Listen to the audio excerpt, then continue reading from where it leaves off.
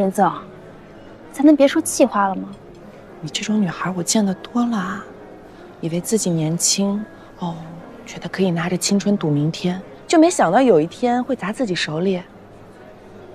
不过话又说回来啊，如果要是不小心砸了，也要自己接住哦，因为每个人都是要为自己的行为负责任的。你说是不是啊，李凤和小姐？任总，您说什么呢？我不叫吕凤和。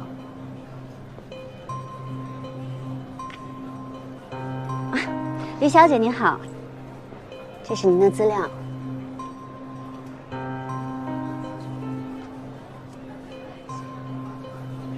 您好，我叫秦诗，我是任妹妹小姐的代理律师，也是秦文宇的妹妹。你不就是那天那个？对，您记得我呀？给您拍过好多照片呢。吕小姐，其实您是谁，做过什么，现在准备干什么，从哪儿来的，这些我们都非常清楚。如果之前您在监狱里没有上过普法课的话，我在这儿可以免费帮您科普一下。您现在的行为涉嫌伪造证件，还有欺诈。如果24小时之内我们见不到秦文宇先生的话，可以再加一条绑架勒索。24小时哦。走。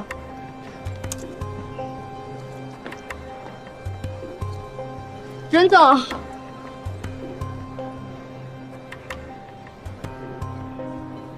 你难道不想让文宇迷途知返回归家庭吗？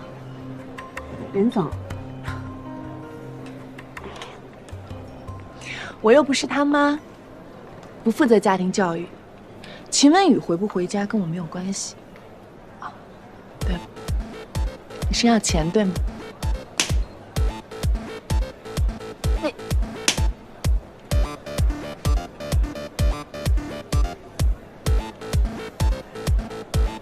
呀，任总，你就值这个价。手里塞多少钱200差不多吧。浪费，要不我捡回来。整理你说。总之呢，情况就是这样，一切都按照计划在进行着。那你什么时候回家去收割你的胜利的果实呢？关于这件事，我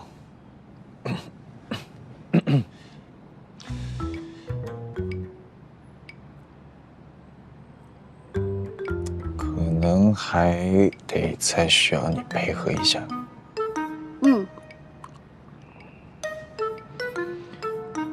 我妈想过来看看。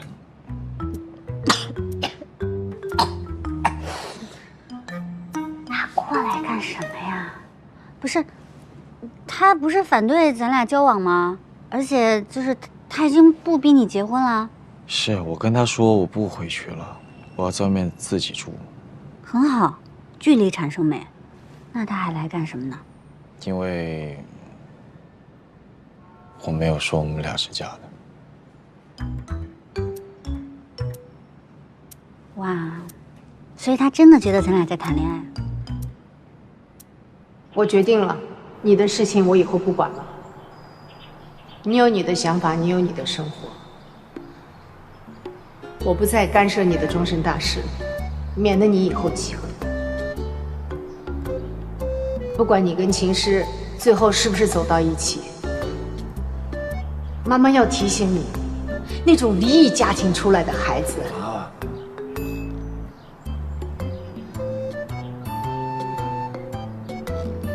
我就这么说吧，那种家庭出来的孩子，需要你多付出一些的。当然了，这过日子那是你们自己过，只要你们觉得开心幸福，那就行了。那您就没必要去看了吧？当然要去看了，我一看就知道他是不会过日子的人。你在家里也是什么事情都不做，我就是要去看看你们的日子过得怎么样，那这样我才放心啊。怎么，这都不行啊？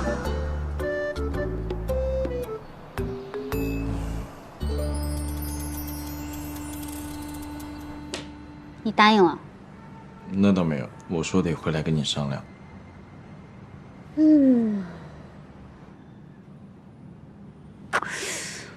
不对呀，你妈妈提出这样的要求，她就算知道你不是单身，也说明她没有完全死心。何以见得？你看啊，如果这件事情我拒绝了呢，那就是我没有礼貌，我不懂事儿，我心虚，她就变成了一个受害者。你作为儿子呢，你心里面就会觉得愧疚，时间长了，你就会跟你的女朋友，也就是我，产生矛盾。普通家庭里的婆媳矛盾都是这么来的，就算咱俩不是真的情侣，以我对你妈妈的了解，她肯定不是那种拒绝一次就会死心的人。那我答应，那就是引狼入室。对不起，我没有冒犯她的意思，我只是觉得如果这次让她来了，她能不能看出破绽还是小事儿，关键是她认门了。哎，她以后时不常就来一个突袭抽查，这怎么办？对，还是你想的周到。那现在你准备怎么办？你妈妈要面子吗？自尊心强吗？跟你一样。那太好了，我有一个办法。但是呢，我现在不能告诉你，因为我要吊一下你的胃口。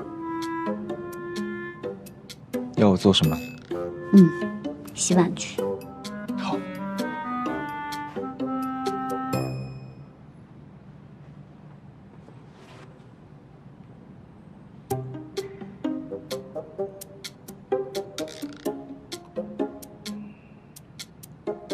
洗碗去啊！洗完你告诉我。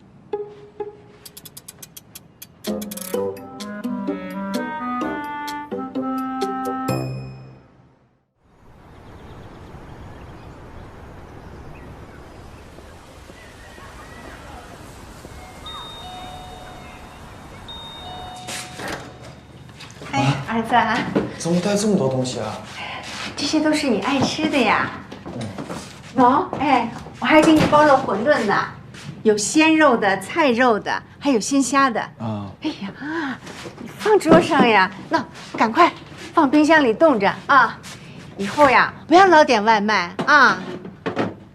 哎，秦师呢？哦，他今天加班。星期天还加班啊？这么忙？儿子啊，你别骗我，我看呀，他是故意躲着不想见我是吧？怎么会呢，妈？哎妈，啊，来换个拖鞋。哦，不好意思。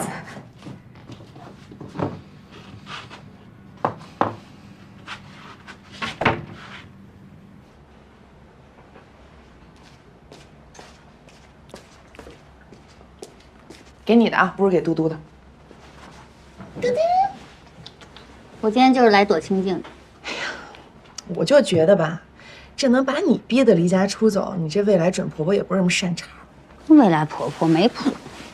哟，我前2天看见你妈，她脸色可不好啊。老爷子马上就70大寿了，你不打算把你这藏了2年的男朋友拉出去，让二老高兴高兴？我呢，今天就是来世外桃源陪嘟嘟玩的。你要懂事，你要听话，不要聊这些，不然我就跳下去了啊！我们一起跳下去吧。你可拉倒吧，我懂事儿，行不行？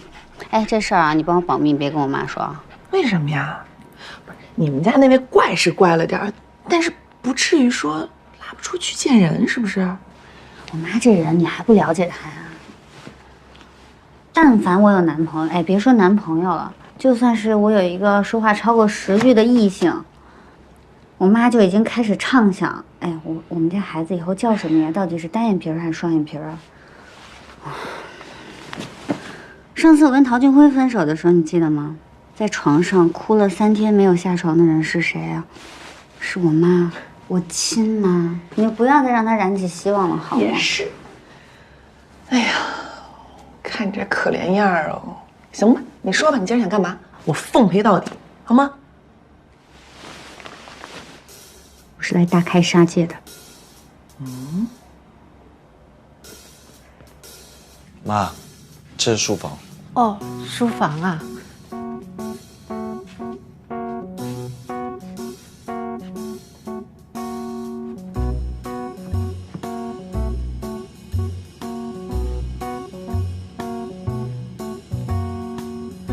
妈，这是洗手间。哦。哦，洗手间。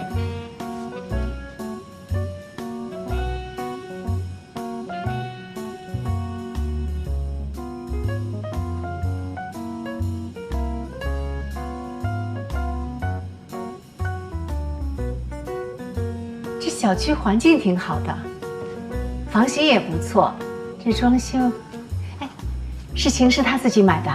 嗯。妈，这是卧室。我能进去看看吗？可以啊。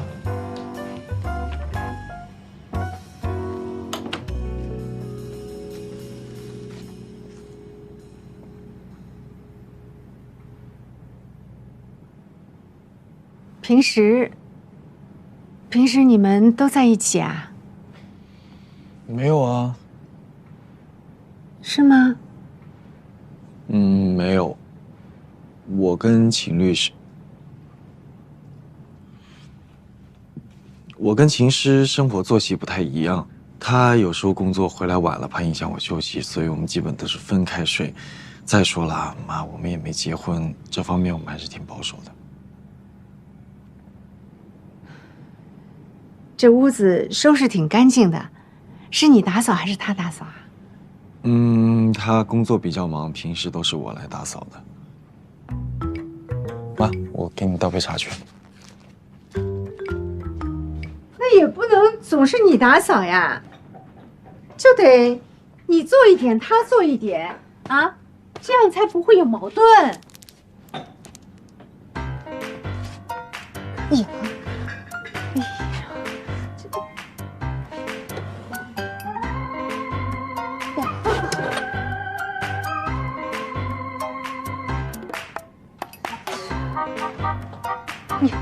你这个臭小子啊！你这个臭小子，你还骗我，跟我撒谎！我骗你什么了，妈？妈，妈妈不是老古板，但是妈妈是有底线的。你要对自己的人生负责。我警告你啊，结婚前你要是搞出什么人命来，让别人说三道四的，我饶不了你。说什么妈？什么人命？妈，什么意思啊？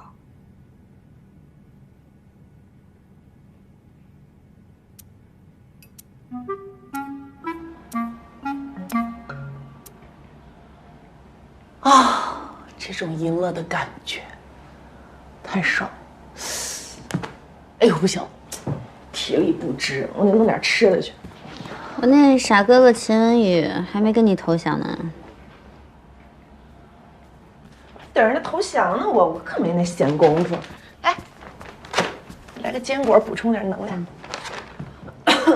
是你们真不着急啊？急？急字怎么写呀？我不会呀，请你教教我吧。说曹操，曹操就打电话来了。那反正你不着急，那就别接了吧。我觉得没有，挂了。哎呦，你给我！哎呀，美女放词儿，美女，不好意思，已经挂了。行，秦老师，我告诉你，我们大天姐，我告诉你啊，就是会记仇，我100年都记着你了，我真是巴不得你记仇。喂，喂，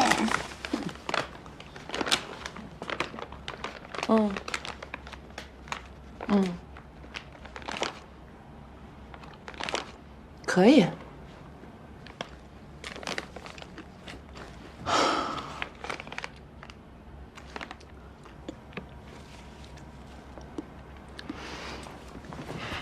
怎么还甩了个头发？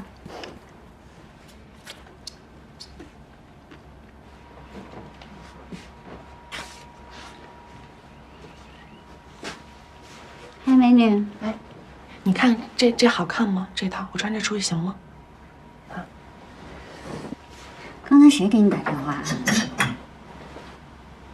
薇薇，那诈骗犯约我见面，是个蛋儿肥。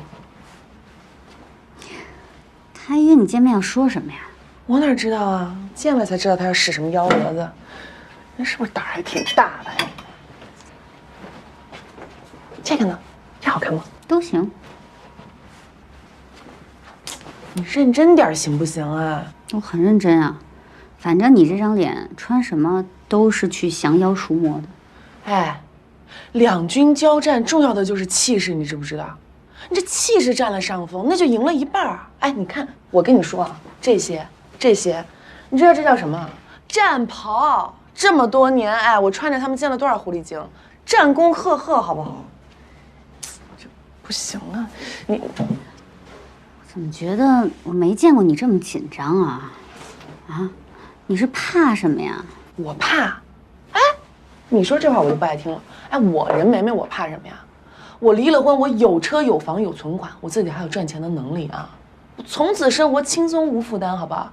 爱吃吃爱喝喝，全国各地到处旅行，我各色男朋友都交一交，我不知道多逍遥快活呢。真要离啊？真对秦文宇没感情啊？我对你哥有感情，我还不如对电视机遥控器有感情呢。好歹遥控器握在手里，我想看什么都有。对他有感情。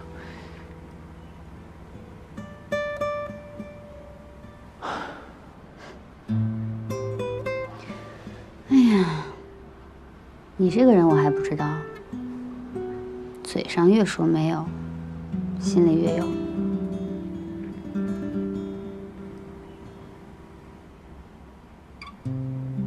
秦老师，我告诉你，感情是很可怕的。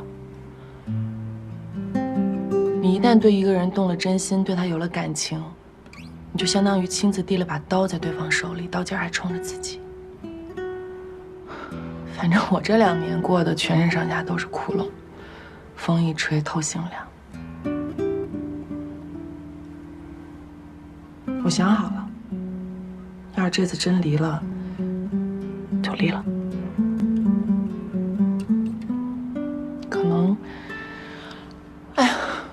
可能就是缘分到了吧。我觉得你们俩不会离的。我觉得你们俩谁也离不开谁。你可拉倒吧，我离不了他，我放着好日子不过，天天全世界的到处抓小三儿。我咽不下这口气，你明白吗？那歌里都唱了，请给我好一点的情敌，哎，给我好一点的。你找个好的不行吗？那薇婉是什么玩意儿？那就不能挑个好的吗？想想都来气。不行，还得再找一身。这个呢，黄的行不行？你穿那身绿的吧？哎，一身绿色适合你。怎么着？怎么个意思？你这是讨厌！这什么时候你还笑话我？你给我说真的，这个好还是那个好？那身绿多好看！哎，双星人像银挂耳拍 OPPO Reno9系列，邀您精彩继续。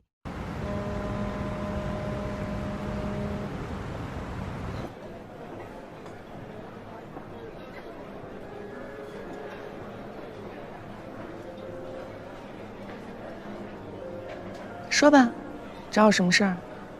想要的不是都已经到手了吗？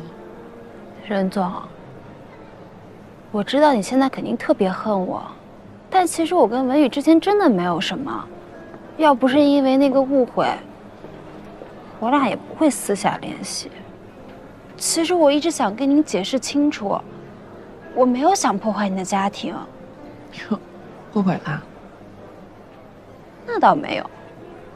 我就是觉得文宇挺可怜的，这拥有那么大的产业，一点地位都没有，公司上上下下都知道，这大事儿小事儿，就连添一支笔，也得任总说了算，秦总根本说不算。任总，你这么逼一个男人，他们跑才怪呢。你什么意思？替秦文宇诉苦来了？你觉得你现在是有资格跟我说这些话了吗？任总，你别急，我是来挽救你的婚姻的。你们结婚10年了吧？10年夫妻可不容易。文宇其实对人挺好的。我这衣服，这首饰，我没说他就给我买了，还说要给我买车买房。说实话，不心动那肯定是假的。我一个女孩在大城市打拼，如果这样就能丰衣足食，对谁都是一个诱惑吧。所以你打算跟我谈条件？我是一个有节操的人，我从来没想过破坏别人的家庭。而且我听说，公司是因为有您才发展壮大的，我特别佩服您，您是我的榜样。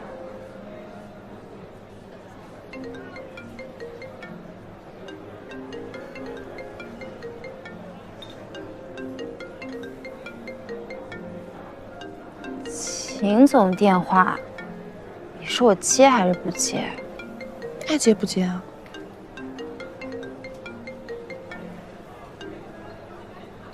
文宇，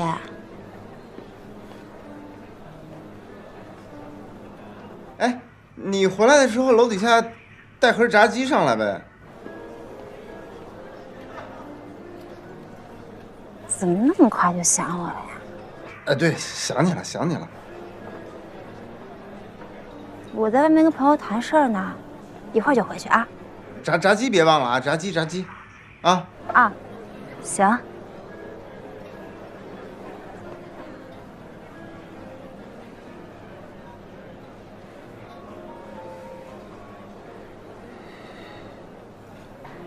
任总，我觉得我们没必要在这剑拔弩张的，完全可以互相帮助。我可以让文宇回心转意，任总您让我在别的城市安个家。沉不住气了，说吧，你要多少？100万。100万？你也太小瞧我任梅梅了。只要我乐意，别说100万，多少钱我都心甘情愿。重点是，你配吗？你刚刚自己说的，整个公司一直都是我一手经营，秦文宇离开我净身出户，什么都没有，家业产业都是我的。我这好不容易甩出去的锅，你还让我花钱买回来？小姑娘，在我面前打个电话秀秀恩爱，就当是跟我示威啦？这种下三滥的把戏都玩腻了，你还在我面前显摆，你是不是真的没招啦？任总，咱能别说气话了吗？你这种女孩我见得多了，以为自己年轻，觉得可以拿着青春赌明天，就没想到有一天会砸自己手里。不过话又说回来啊，如果要是不小心砸了，也要自己接住哦，因为每个人都是要为自己的行为负责任的。你说是不是啊，李凤和小姐？任总，您说什么呢？我不叫吕凤和。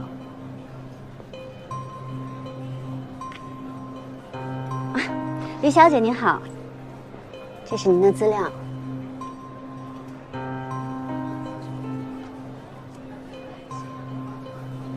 您好，我叫秦诗，我是任梅梅小姐的代理律师，也是秦文宇的妹妹。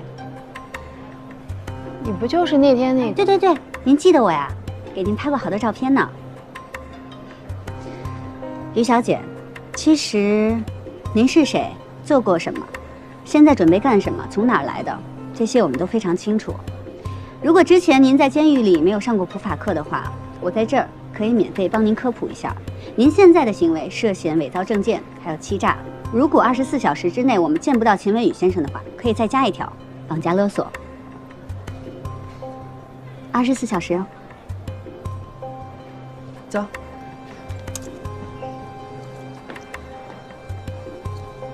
任总，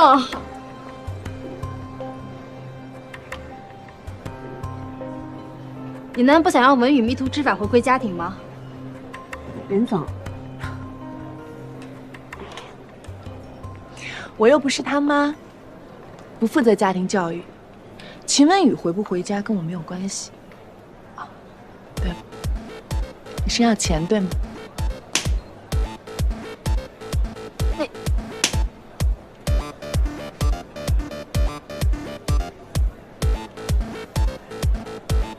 呀，任总，你就值这个价。说了 C 多少钱200差不多吧。老碎，要不我捡回来？整理跟你说。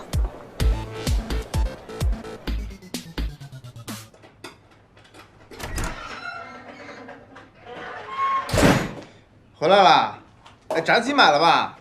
我忘了跟你说我要辣的了。你买的是什么味儿的呀？哎，那炸鸡……混蛋！你把我害惨了，知道吗？怎么了？你还好意思问我？我这天天在这吃我的住我的，现在还一家人合起伙来欺负我了，是不是？谁欺负你了？任梅梅找你了？你搭理她干嘛呀？哎，我看看，她怎么着你了？我看看。别碰我！秦文宇，我算是看明白了，没有你老婆，你算个屁啊！怎么这么说话呢？咱俩真爱？谁跟你真爱啊？你给我钱，给我房，给我车啊！没有钱，你在这装什么大尾巴狼啊？赶紧给我滚！这当初怎么没看出来呢？有好处你就小白兔，没好处你就给我原形毕露是吧？我当初真是瞎了眼了，我看上你了，我。你瞎眼还是我瞎眼？那你讲我图你什么？我图你不学无术，图你一滩烂泥啊！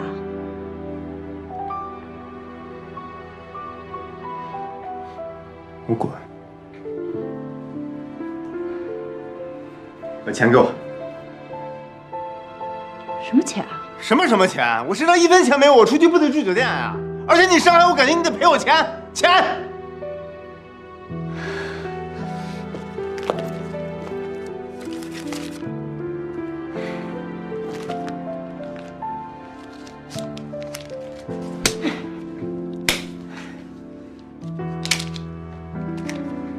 滚！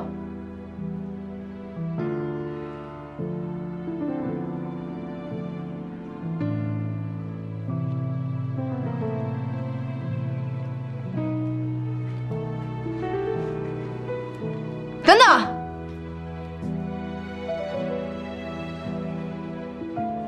衣服脱给我！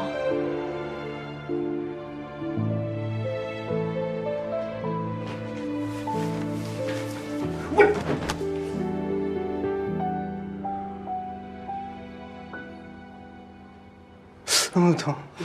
好小女儿，真作孽啊！哎呦，我晓得，妈妈晓得。轻点，用鸡蛋滚滚就不疼了。它消肿的，还有哪里啊？这儿。哦，真是。妈，我觉得我快死了。我要是死了，你怎么办？真是的，什么死呀死的，又没有破皮，又没有出血，你怎么死？不是妈，我是这儿。我这儿难受，是心病。你看我这手，到现在还在抖。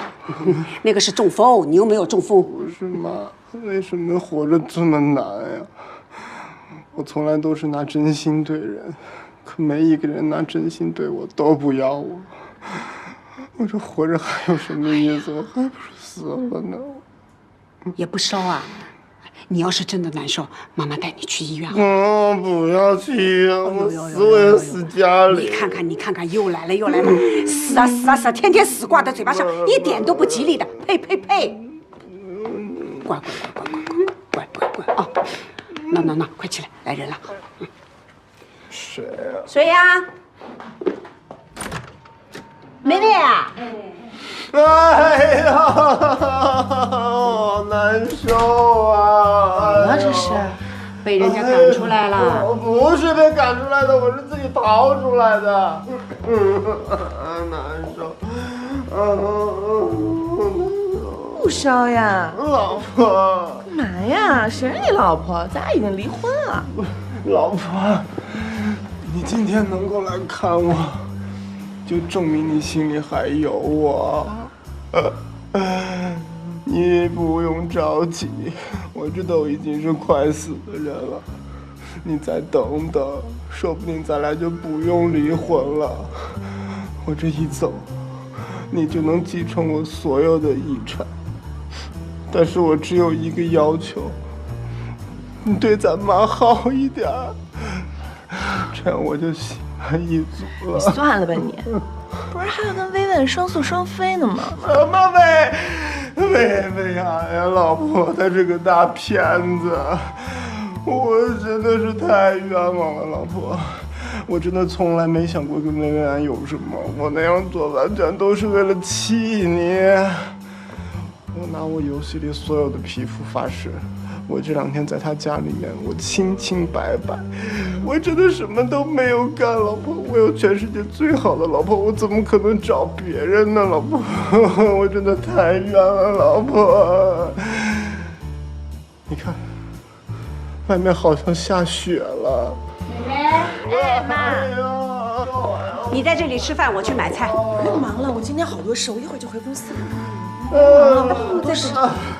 行吧，你们都走吧，走了就留我一个人，我也没事儿。你们走了，我一会儿我也就走了，没有人管我，也不用你们管我。哎呦，起来吧你！你不拉我一下，老婆。难受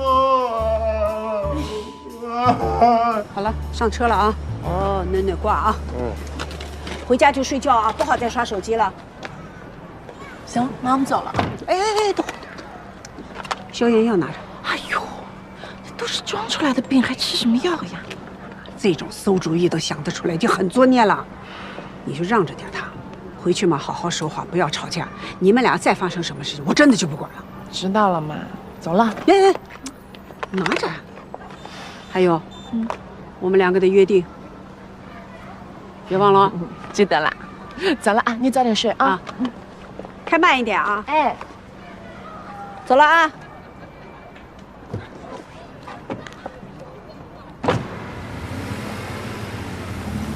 慢点开啊。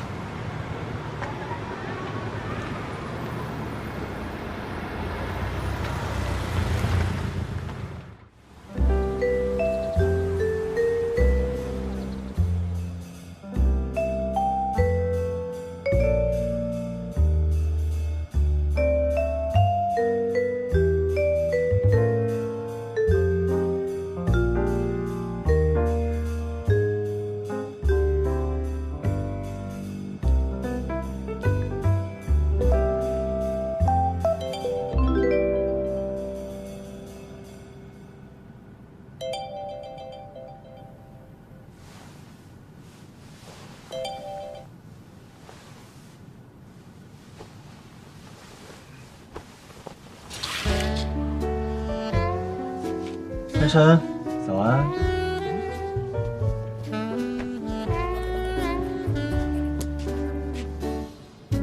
走过欣赏，看过希望，方向是不停的成长，爱的迷茫，爱的力量，爱的同样。选择遗忘，选择凝望，目光是内心的指向，风的流浪，雨的鸳鸯，爱的家乡。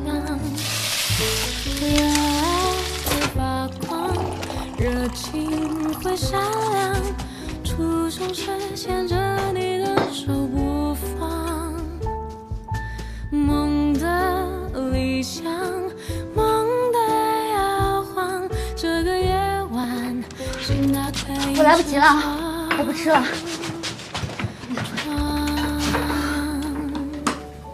今天我要去超市，有什么要我带的吗？啊，有，医生，不如你晚点再去，你等我回来，我们一起去。好。这是什么呀？早饭。啊，你人也也太好了吧，谢谢，中华好室友，给你比心点赞。手机带了吗？带了。信用卡呢？带了。车钥匙。谢谢。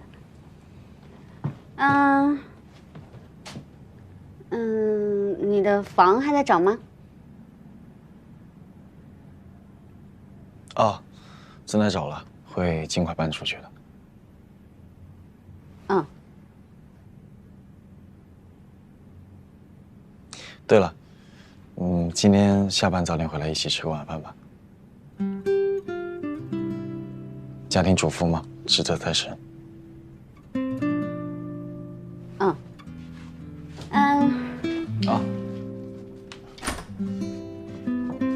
真靠谱。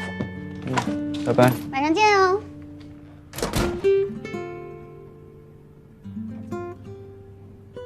我说的什么？这么说会不会太唐突了？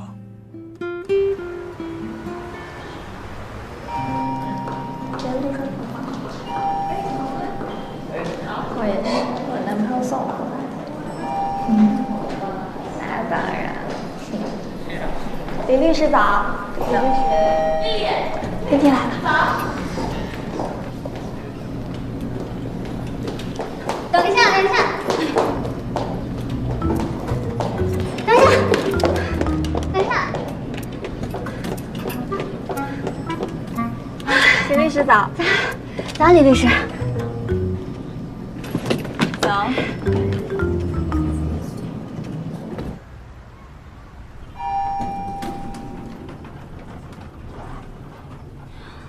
哎呦，秦律师，什么时候开始消费降级了？不就是老公失个业吗？不至于连星巴克都喝不起了吧？你说这咖啡啊，这是我老公给我冲的，我都说不用，他非让我拿着。看你这狗粮撒的。不过也是啊，这男人事业上不顺，家庭上就得多付出，不然就真的家庭失衡，长此以往就没办法长久了。李律师，我觉得你说的对，我已经跟我老公说了，哎，我说呢，在家就在家吧，没关系的，年薪100万嘛，我们不要了，每个月2、3万也挺幸福的，工作嘛又不是生活的全部，你说对吧？每个月2、3万，那是多少人的奋斗目标呀？你看看我们这些助理律师们，辛辛苦苦一年到头都挣不了那么多钱，你这是赤裸裸的拉仇恨啊！我劝你啊，这咖啡要少喝，容易骨质疏松，还容易让人兴奋过头。多学学我，喝喝茶，抵抗自由基，还不容易胡思乱想。李律师，我觉得你特别需要多喝茶，你多喝点吧，加油呀！李律师、秦律师，汤总让你们马上到11楼会议室开会。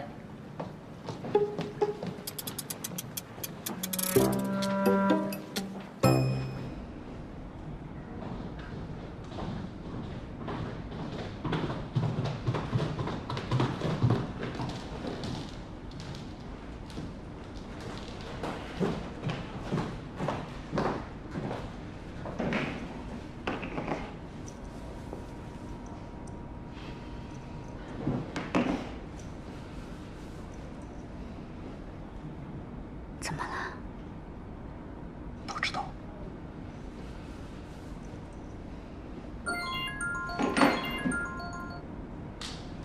喂。好。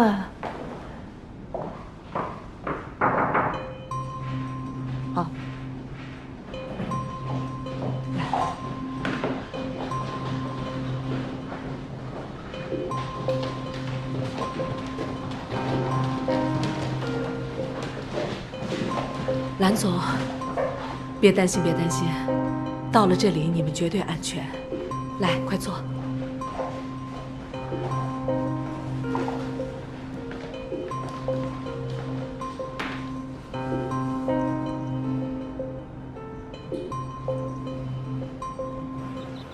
喂，小杨老师啊，我告诉你，老朱病了，住院了。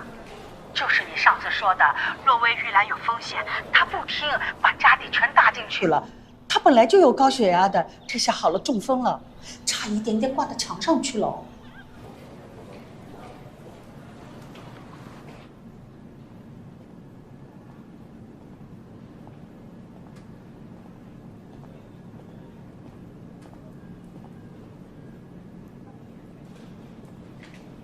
老周，我是杨华，爆炸头阿姨他们没有时间，所以我代表他们过来看看你。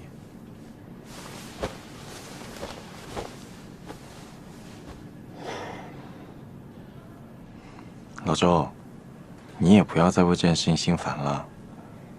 钱是身外之物，对吧？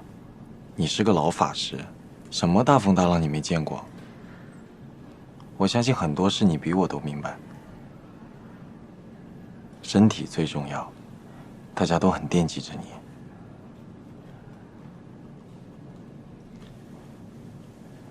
那你好好休息，我下次再来看你。他们才不会惦记我。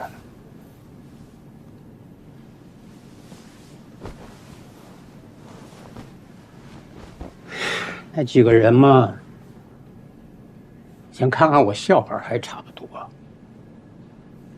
你身体没事啊，暂时死不了啊。哎呦，你这小气鬼！你来看我们就买点贵的水果，你买这些东西谁要吃的？嗯？你是不是可以出院了？我早就可以出院了，你是知道的呀。我这个人嘛，是眼睛大嘴巴馋，就这次也不知道他中什么邪了，就一直想赚一笔大的。我知道乐威这个事儿以后，哎呦，那一下子，哎呀，就跟天要塌下来一样。结果没想到，我这个儿媳妇呢，她觉得这个事情不靠谱，她就偷偷的把这个钱截胡了，就买了一点点。那是好事啊。是的呀。哎呀，我平时啊，我是看不惯我这儿媳妇儿。可是到关键时刻呢，我要说的是，还是女人这个直觉。哎呀，输了100多万呐！哎，还好，我们还能扛得起，能扛得起。现在这么一病呢，我儿子、女儿，他们轮着班的来照顾我。哎呀，天天陪着我，陪我的这时间比去年1年都多。我就想，我说这笔钱划算吗？啊，蛮划算的，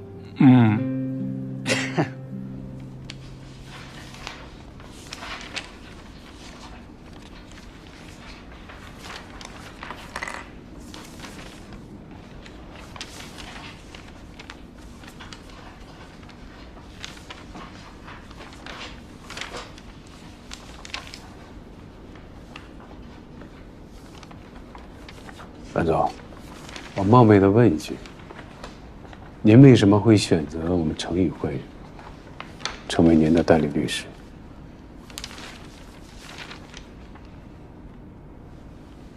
金总，唐总，我想事到如今也不必跟你们说假话了。其实程宇辉是我们最不想合作的律所，只不过在过去的1周里，我们几乎把浦江最好的律所都走遍了。但全被拒绝了，因为他们都代理了与洛威玉兰有经济纠纷的另一方。我想没有人比你们更清楚蓝总的为人，所以到目前为止，程宇辉是我们最好的选择。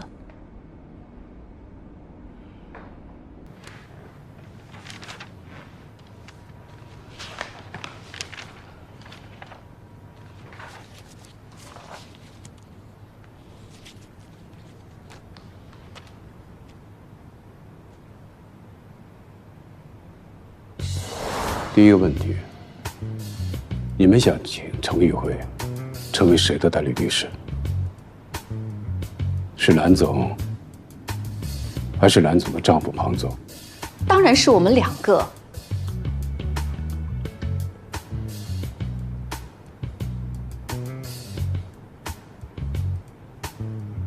那如果是这样的话，我们只能……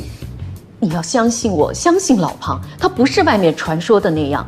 我们洛威玉兰又不缺钱，我们为什么要骗人家的钱啊？一定是有人故意破坏洛威玉兰的名誉。蓝总，你别激动，冷静一下。这个问题先放在一边。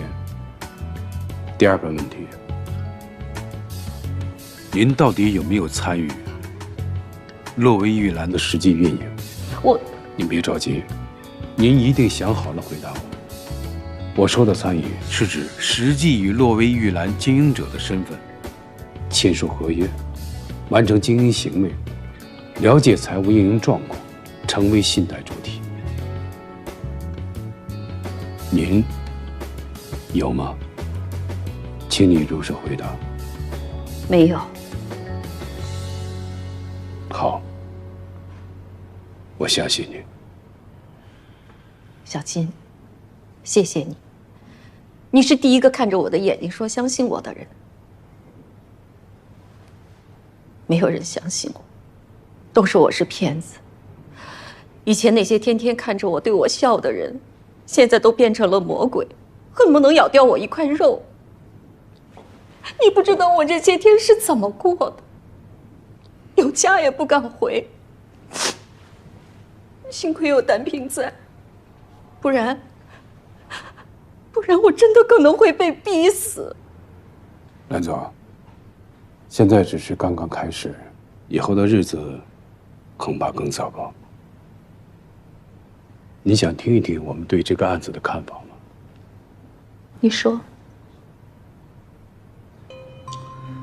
蓝总，虽然你现在是被告人，但你并不是洛威玉兰的实际经营者，而且控方律师他也拿不出实际的证据来证明你是知情的，所以控方提出的诈骗、非法集资这些，在你这边罪名成立的可能性很小。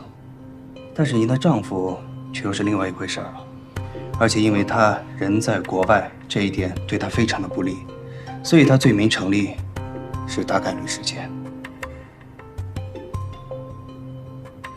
大方、小谭，你们怎么看？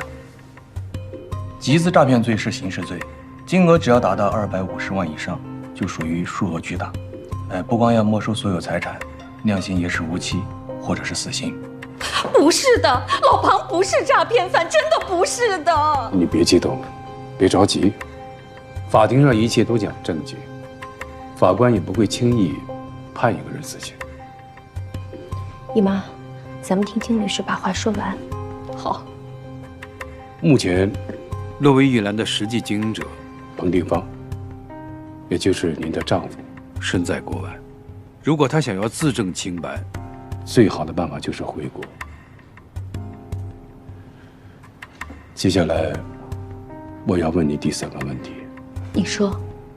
蓝总，您能保证彭总会回来吗？会，一定会。如果没有这件事情发生，我们都已经说好了，我去国外2周看看儿子，然后他跟我一起回来。昨天他还打电话安慰我说让我别着急，他马上订机票，等他回来就没事了。您跟他通过电话？对呀，他每天都打电话问我这边的情况。你都跟他说了？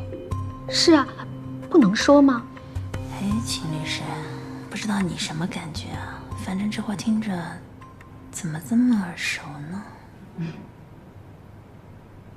秦律师，有什么话您就直说吧。接下来，我要告诉你最糟糕的事情。如果你的丈夫彭定芳罪名成立，而且他尽管外逃不回来，那么你将面对什么样的局面？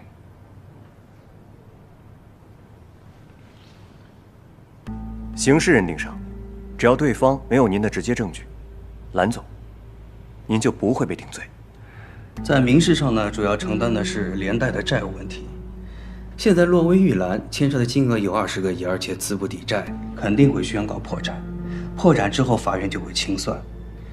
因为庞先生有刑事罪罚在身，根据相应的法律条款，他的个人资产一定会被没收，这其中就会包括夫妻共同财产。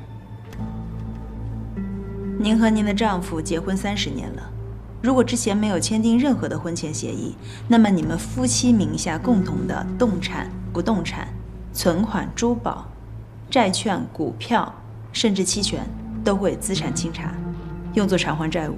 到时候，可能您名下玉兰集团股份也会保不住。那启飞什么都没有了。如果真是那样，真是我姨父犯了法，我姨妈也不能替他背这个责任。单皮，姨妈，你不为自己想想，你也得为球球想啊。他现在刚读大一，1年40-50万的学费，还有以后，他怎么办啊？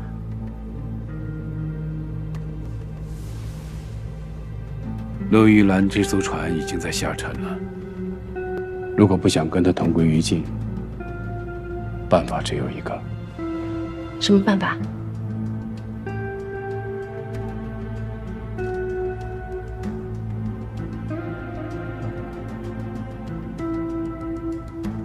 李律师，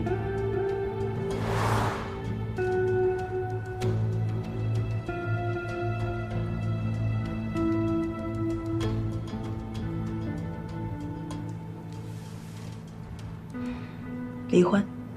不行不行，绝对不可以的！姨妈，你别着急，我们得做好最坏的打算。不，这件事情没有什么好商量的，这不过是假设，是最坏的结果。我不要听，我们走，老婆马上就回来了，我不要听。姨妈，金律师，不好意思，我回去会跟我姨妈好好商量的。赵姐。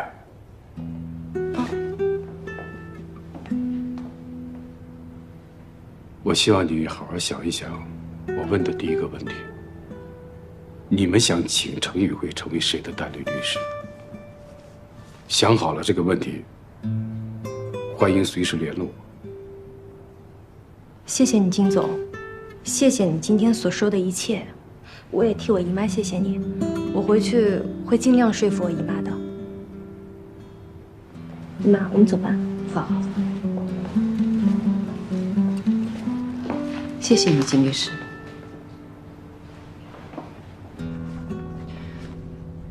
真服了金老大，你说不接洛薇玉兰的案子，原来是为了打离婚官司。哎，你说这脑思路啊，一般人搞不懂。你现在才想明白啊？秦律师他们2位一进会议室，我就知道这件事有变化。要不然你想，一个经济案件怎么会让家庭部的律师出席呢？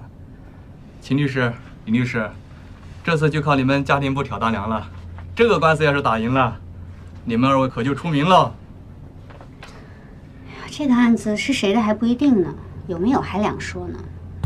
再说了，这个案子只要是程宇慧的，就是我们大家的。秦律师谦虚了，是不是还不就是你们的一句话呀？劝分不劝和，这不是你们家庭部的专长吗？小谭律师，你这话听着就让人有点害怕了。别人对我们家庭部有误解也就算了，怎么你们也这么没见识啊？像我们家庭部的人就不会觉得你们刑事部的人为了把案子搞大，一个个都劝杀不劝降的。是啊，以后你们有事要找我们的话，我们一定劝和，绝不劝分啊。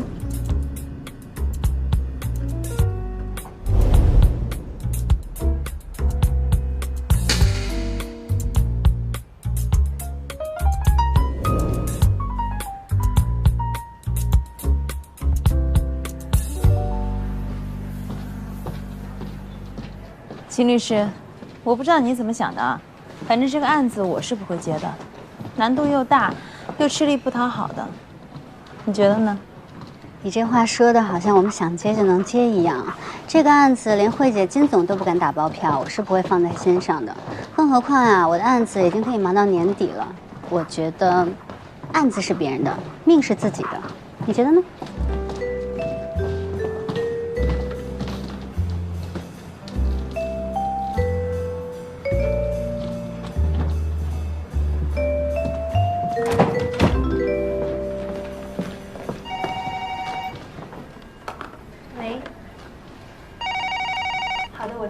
喂，好的，我知道了。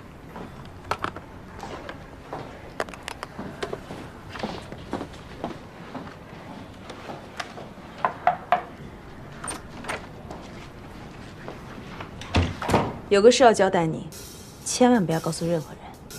你呢，先把手头上的工作停一停。今天我让你提早下班，你去找到你新美公关的那个老熟人，打探一下蓝小婷个人资产状况。我知道，蓝总跟新美公关一直有业务上的往来，他们应该最清楚。行，秦律师，咱们这是接了蓝总的代理啦。谁说我们接了？不接就不能调查了吗？我懂了，实则虚之，虚则实之。优秀。这个地址你记一下吧。庞定方在国外的地址。赵小姐，如果方便，可否告诉我庞总在国外的地址？防人之心不可无。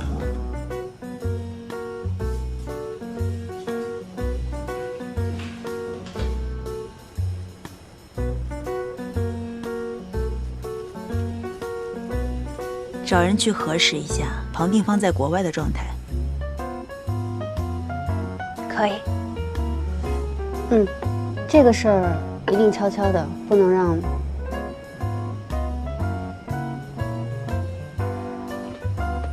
那我先出去了。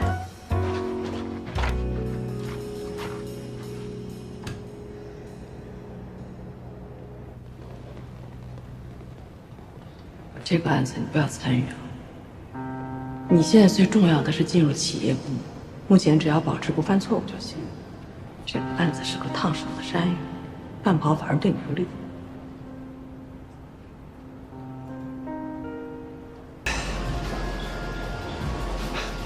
怎么着啊？啊？你妈就这样认输了？至少3个月内，她不会再跟我提结婚这件事。真的？哎呦，那我真是谢天谢地，阿弥陀佛了。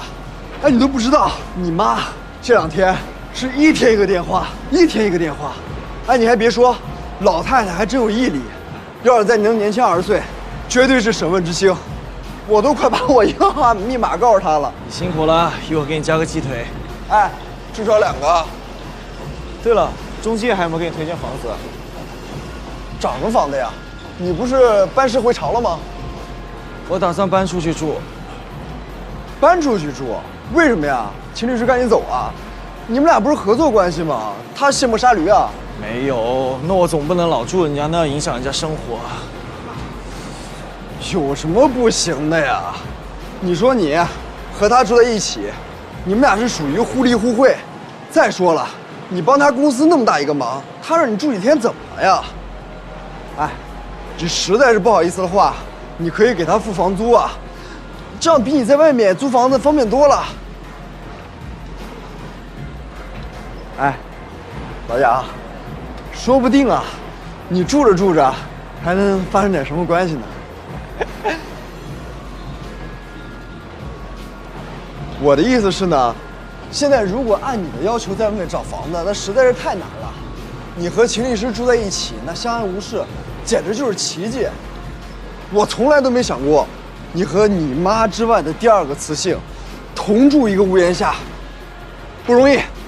第3，秦师是第3，财神是第2，他也是雌性。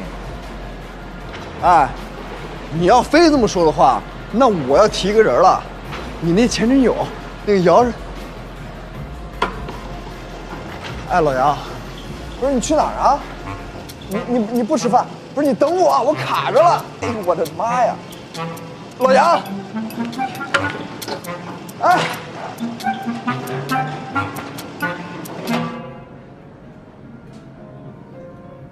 哎，你说这金总在会议上点我炮，到底什么意思啊？你说什么意思？我觉得会不会是我其实不一定是陪跑的呀？哎，你这个人啊，真的是在办案上啊才思敏捷，其他地方思路如尿路啊。会不会说话？那你有何高见啊？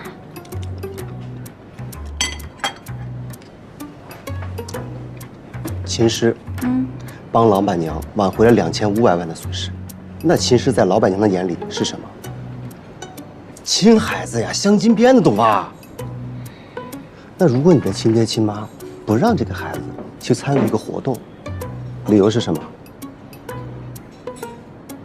没好处。不光没有好处啊，搞不好是要丢分的，懂吗？所以，你想想看，如果换的是你，你要高升企业部了，然后你还要回头去打那个官司难缠的婚姻部的这个离婚案，你觉得可能吗？那你这么说，我是彻底没戏了呗？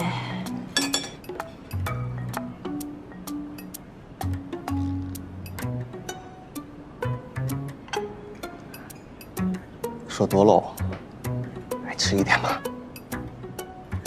没胃口。你看看，你这个人就是这个样子。那下回不要让我亲你哦，你亲我好了。蛮贵的哦。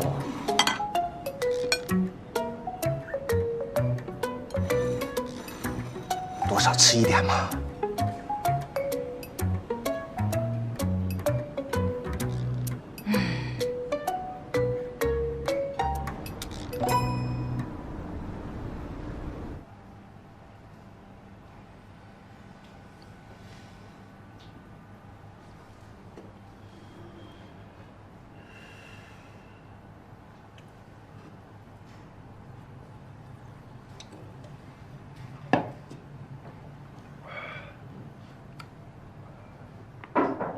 进来。您好，您的外卖到了。没点外卖啊？陶律师，你确定你没点外卖吗？你说我多久没有见到我的大宝贝了？你还好意思说呢？还不是因为你工作太忙了，我都快忘了你长什么样了。还好我懂事儿，不然我早就傻过来了。你是天下最懂事的。那当然了，你什么时候下班？你来了就下班了。求生欲越来越强。那当然，你都上门了，我能没点觉悟吗？是不是？咱家吃什么？你定。那回家煮火锅。OK， 走，我们去超市买点料。好。拜拜。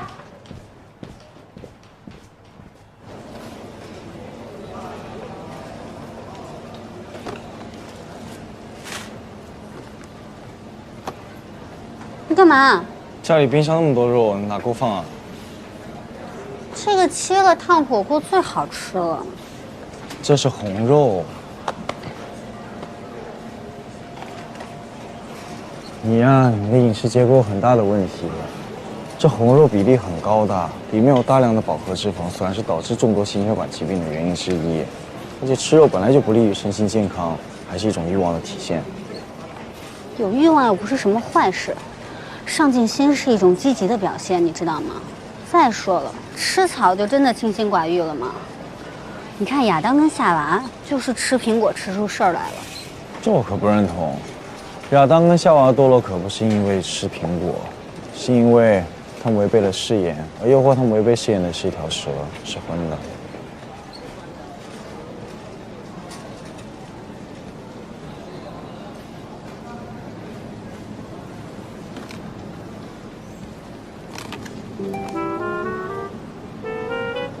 我一直喝这个牌子。这个打折啊，也是品牌。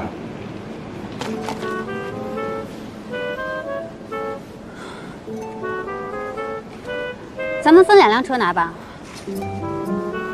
你放过我吧。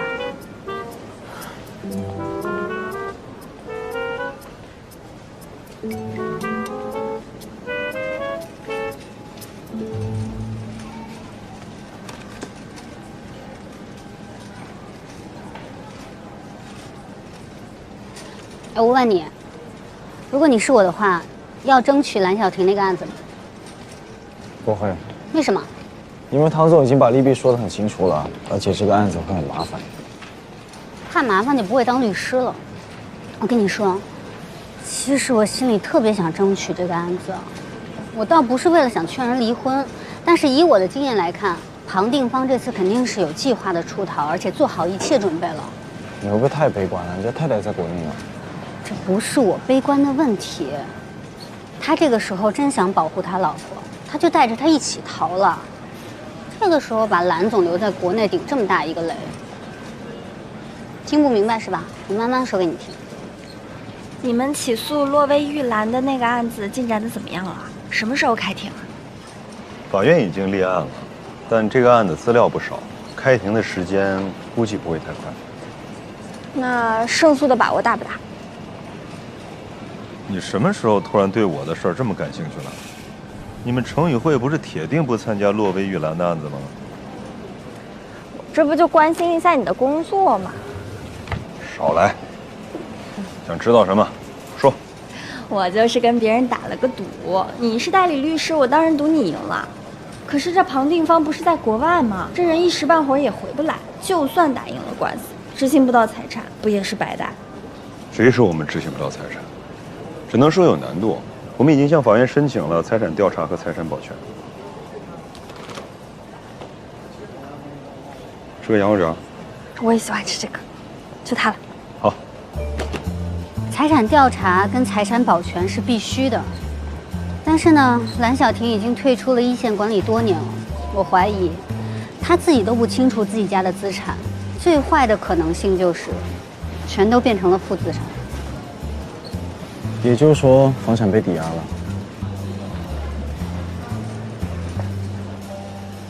除了玉兰集团，蓝小婷名下还有其他资产，有10几家高端的美容院和培训中心，我们也都申请查封。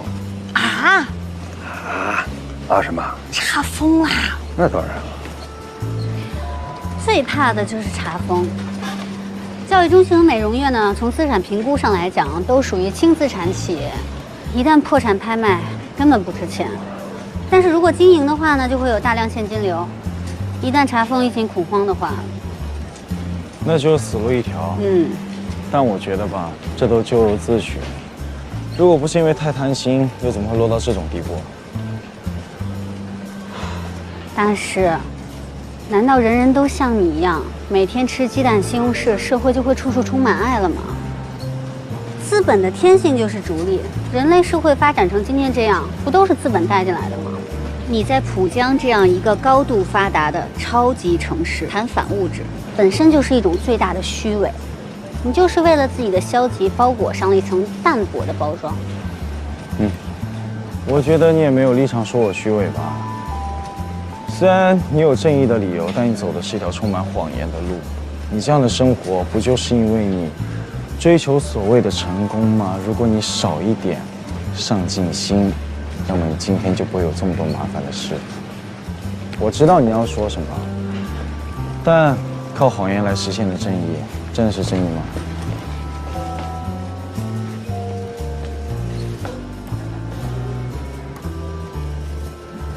你击中我的要害了，我也要击中你的。房子找到了吗？马上。刚才问了我那么多问题，我也问你一个呗。蓝小婷是不是去城宇会了？没有啊，没有。你知不知道你有一个习惯，每次撒谎的时候，同样的话都会重复很多次，好看。没有。胡说，没有。其实你不用保密了，蓝小婷呢已经找遍了浦江所有的律所，就没有一个律师可以给她做代理的。程宇慧呢当初又坚持不做控方律师，所以他去找你做辩方律师也是合情合理的。现在的情况呢，大家都在猜，是你们金总无意而为之，还是有意布的局？我们金总好像也没有答应要接蓝总的案子。再说他虽然聪明，但也没有那么深谋远虑。你们也太夸张了。宝贝，你做不做功课？你就是太天真了。你们老板可不像你这么天真，深谋远虑着。深谋远虑。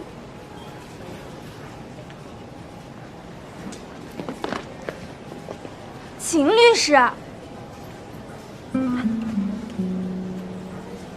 好巧啊！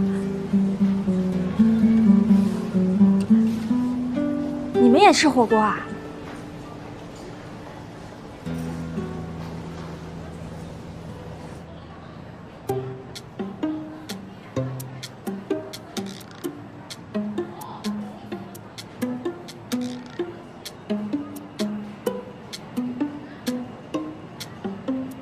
秦律师，不好意思啊，我没跟你说俊辉是我未婚夫。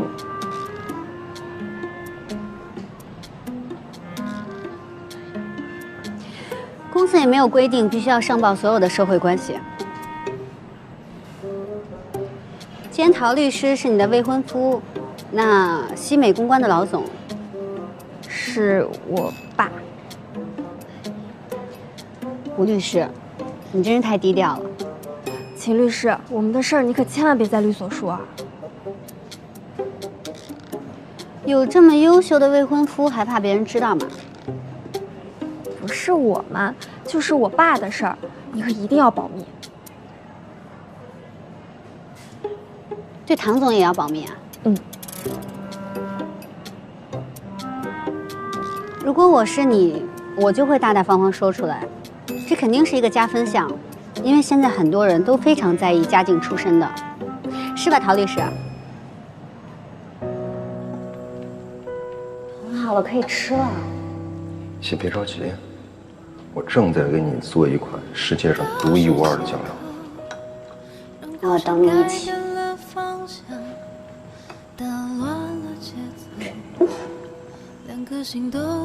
最后来点酸。还有最后一步，画龙点睛之笔。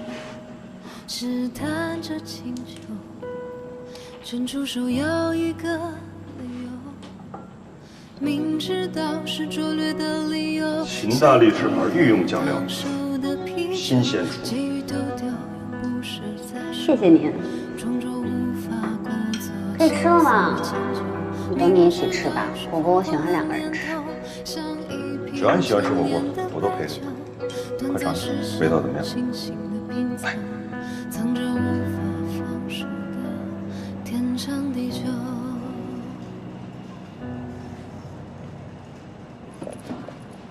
想什么呢？跟你说话呢。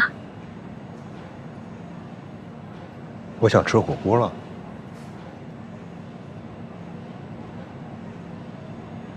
他想吃火锅。真的想吃火锅了。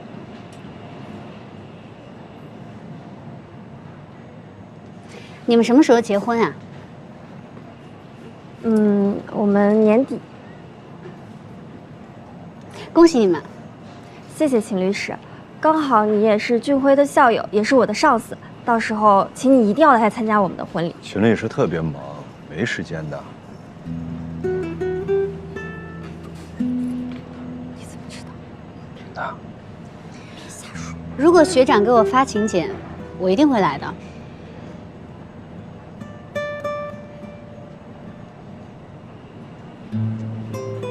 你不用勉强，其实不是每个人都愿意参加婚礼的，而且咱们这层关系，你们俩也不用到场祝贺，不来没问题。俊辉，胡说八道什么？不是很熟。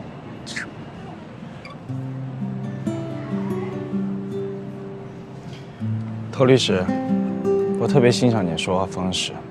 要是每个人都能像你这么说话的话，可以省掉很多不必要的社交。走吧，我们回家。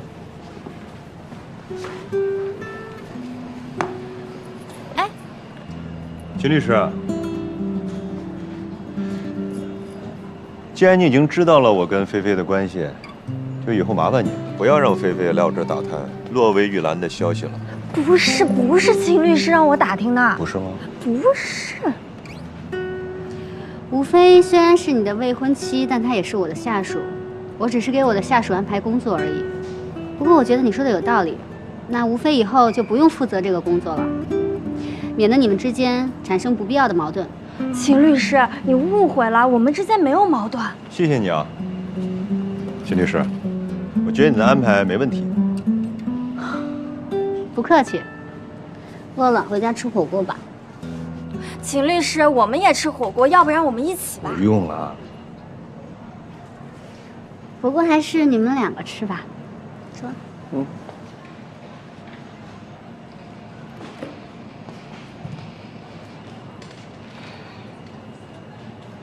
你干嘛呀？你一句话，我工作都没了。没了就没了呗，我养你。你不说了吗？律所的工作忙，上司又那么变态。我什么时候说的？可别瞎说。这下好了，我明天到了公司还得给人家赔笑脸。好不容易工作出点成就感，被你一句话全给我毁了。这不正好吗？不用赔笑脸，你们律所那么多高级律师呢，换一个上司不就完了吗？你说的倒容易，我就觉得秦律师是最好的，我要学就要跟着最好的学。哪儿值得你学呀？你要学法律，我可以教你。你不对劲，是不是有事儿瞒着我？没有。你学我，你肯定有事儿瞒着我。没有。你俩是不是有过节？你不饿吗？我也要吃火锅。快说啊！回家吃火锅了，来吃火锅。肯定不对劲。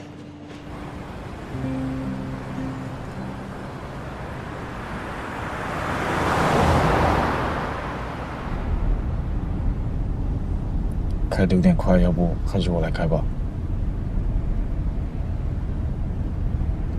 我觉得呢，人还是要想开一点的。虽然前男友要结婚了，他的女友又这么的年轻优秀，一定会对你造成一定的打击，但是你也不要太灰心嘛。你也很优秀啊，你现在不也是朝你自己想要的生活去过嘛，对不对？哎，旁边有车，旁边有车。不对。什么不对？罗威玉兰这个案子一定不顺利。陶俊辉这个人呀，胃不好，他只要碰上压力很大的事情，就会喝很多苏打水。我刚刚就注意到，他买了很多苏打水，而且他肯定早就知道吴飞在我手底下工作，所以吴飞提供的情报不一定可靠。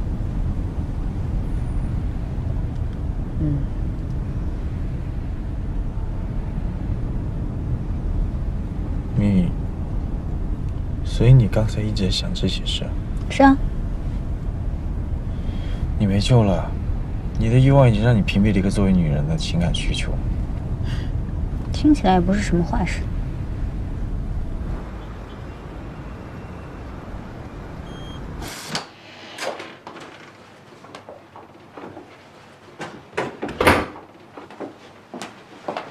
姨妈，我买了你最爱吃的海鲜粥。姨妈，我进来啦。还睡呢。姨妈，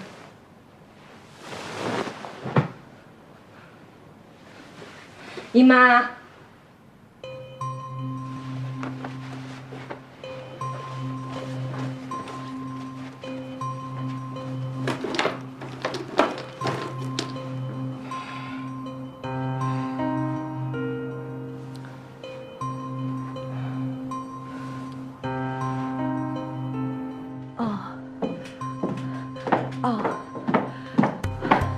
丹平，你别着急，慢慢说。蓝总他是什么时候出去的？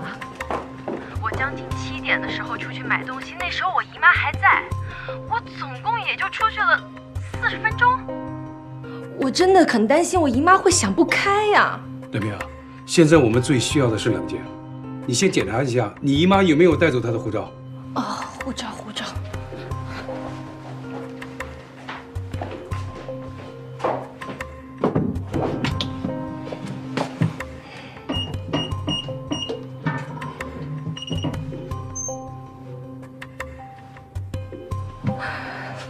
护照还在，我姨妈是不会逃跑的，绝对不会。现在这种情况，我们必须按照严重程度来排除可能性，逐步的缩小范围。丹平，你先把蓝总的照片，还有他临走时的穿着告诉我，然后再列一下他有可能去的地方。你在酒店等着，我们马上就到。我去开车去。丹平，以我对你姨妈的了解，她不是一个软弱的人。你相信我，她能够取得今天这样的成就，不是靠运气，所以她不会轻易放弃的。啊，你等着我们。好，我在酒店等你们。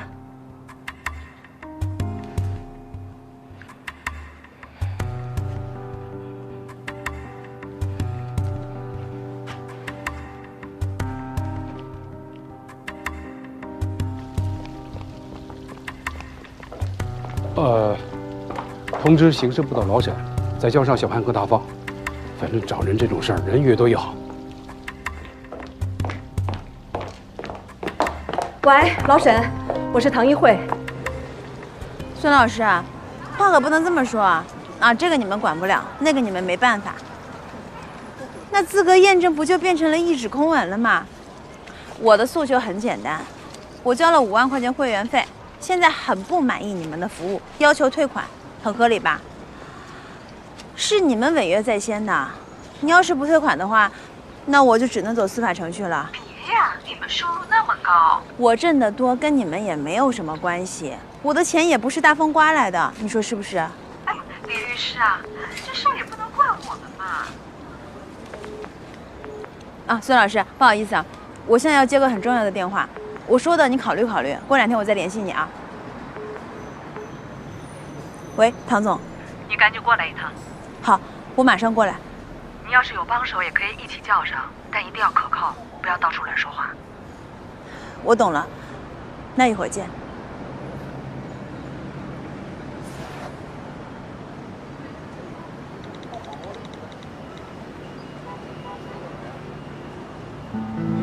如果换的是你，你要高升企业部了，是吧？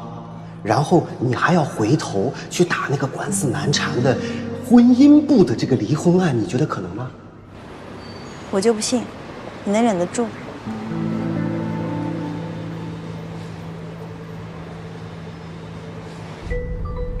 麻烦帮我接一下电话。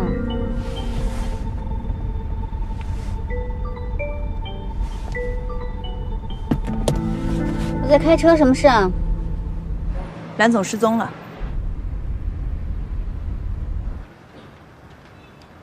来了，挺着急了吧？小心啊，别烫到手。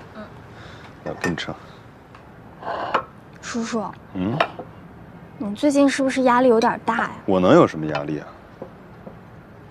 我帮你盛吧。我自己来。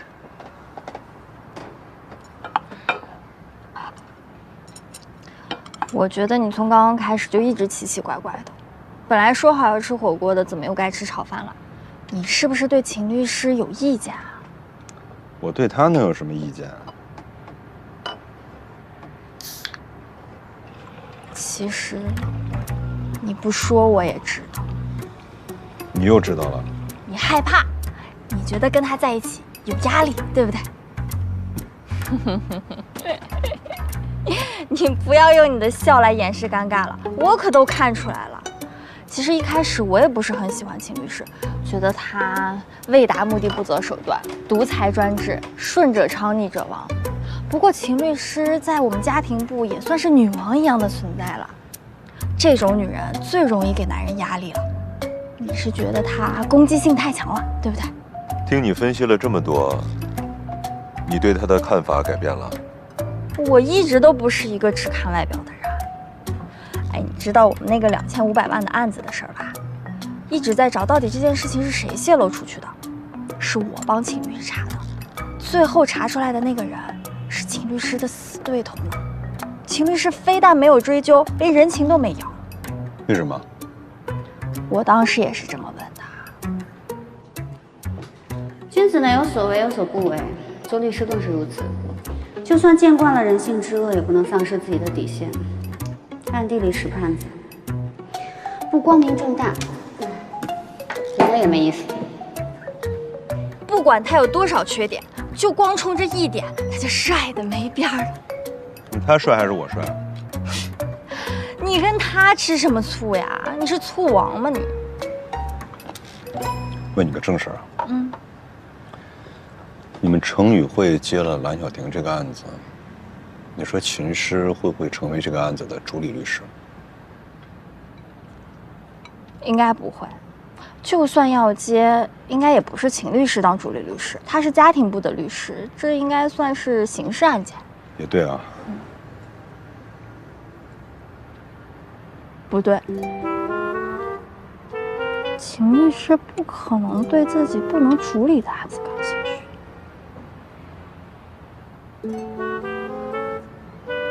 难道？你嘀咕什么呢？啊，没什么，没什么，没什么，没什么，没什么。哎，我刚买的黑糖珍珠双瓶奶茶呢，我就给你拿。谢谢。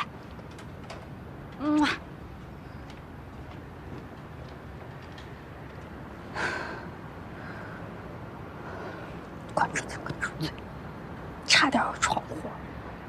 还好。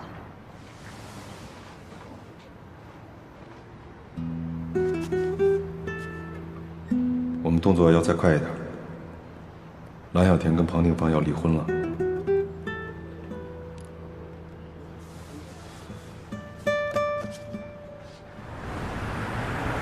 慧姐，蓝总的别墅我刚刚去过了，不像有人在，周围还有很多讨债的人。你怎么也在这？谁通知你的？多个人多份力量，别墅这边天罗地网的，其他人那边有收获吗？我们刚去过女企业家协会的办公室，那边也有催债的人盯着。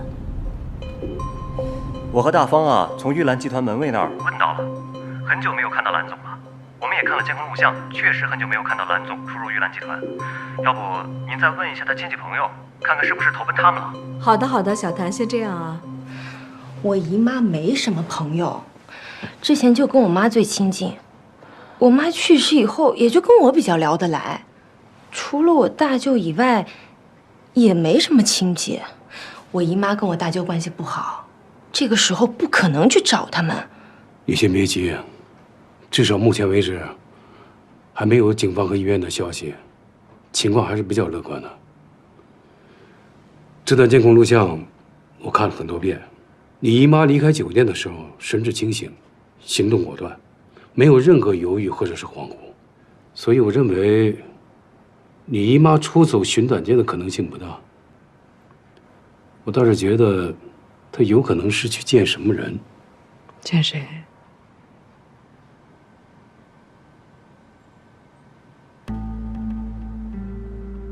大明，我知道你跟你姨妈关系最亲近，但是亲近并不代表了解，有的时候反而会造成盲区。请你再回想一下，什么人对你姨妈来说非常重要，能够给你姨妈建议，你姨妈也愿意听取对方的意见，而且非常信任的。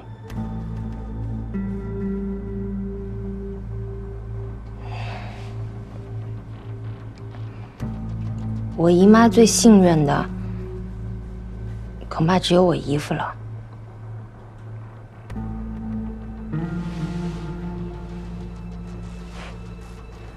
你想到了什么？我姨妈之前喜欢去福利院，跟一个校长关系不错，会不会？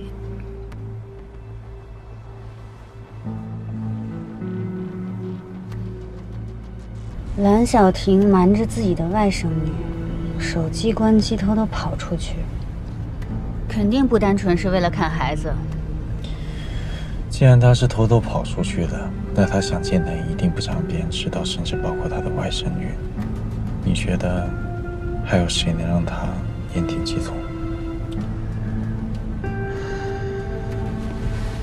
庞定芳啊！我查了一下，旧金山到浦江最后一个航班在20分钟前就已经落地了。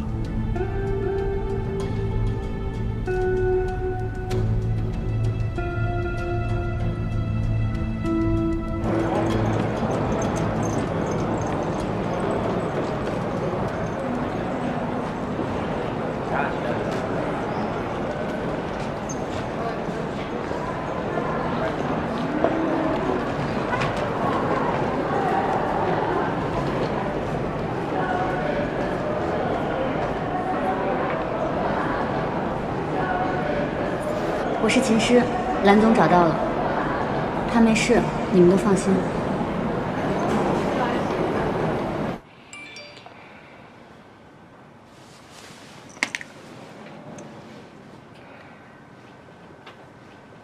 秦师说蓝总已经找到了，他没事儿，让咱们放心。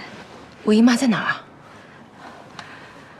您好，您所拨打的电话已关机。怎么回事？您所拨打的电话已关机。你说这个秦师，他就说蓝总找到了，没事儿，让咱们放心，他也不说在哪儿就关机了。我来试试。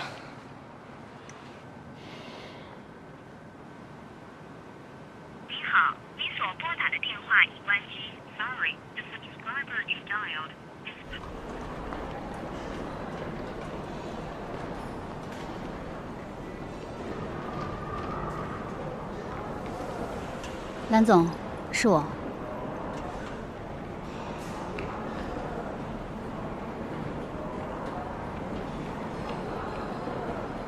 从旧金山落地的航班已经1个多小时了，还没出来啊？出关比较慢，拿行李也需要时间。那我陪你等吧。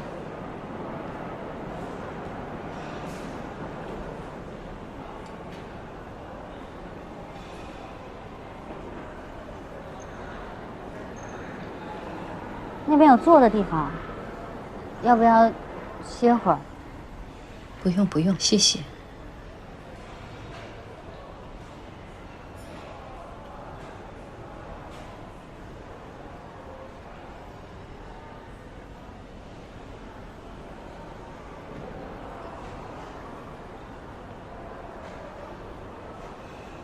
不如咱们去那边坐着等吧。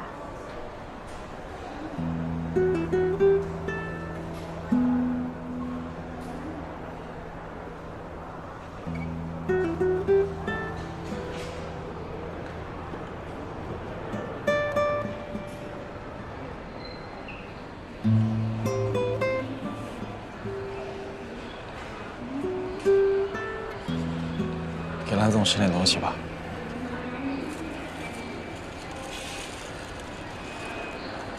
我去那边等你们。谢谢。他是个好丈夫。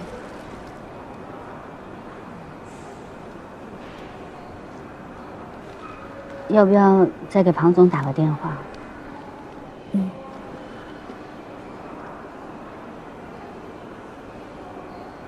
对不起，您拨打的用户暂时无法接通，请稍后再拨。Sorry, the subscriber you dialed cannot be connected at the moment.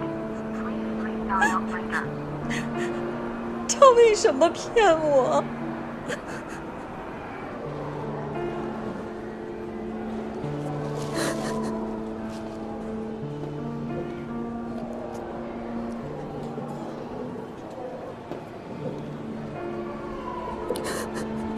安总，我记得之前您跟我说，女人不要做女强人，你还满足于现状。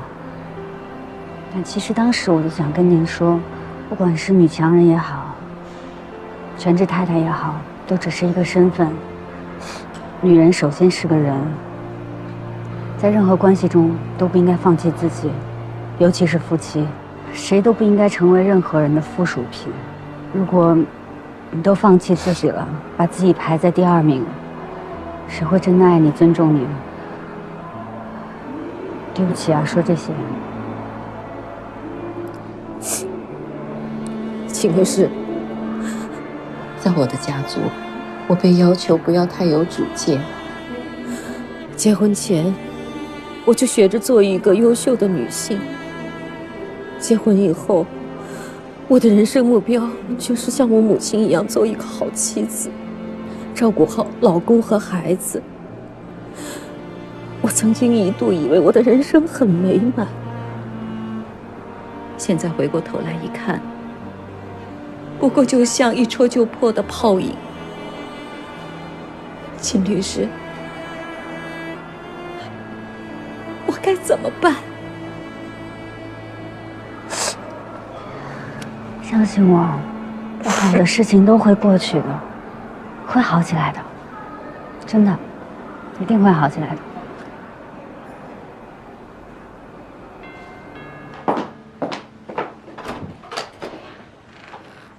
兰总，姨妈，没事吧？没事，姨妈不好，让你担心了。兰姐，没事吧？没事，不好意思啊，让你们跟着一块操心。哎呀，没有，你说这话太客气了，你赶快休息吧。兰总，人平安就好。时间不早了，那我们就告辞了。谢谢金总，谢谢唐总，也谢谢你啊，秦律师。老金啊，我跟老庞的事儿就按照你们说的办。秦律师，接下来就请你费心了。谢谢您对我们的信任。没事吧？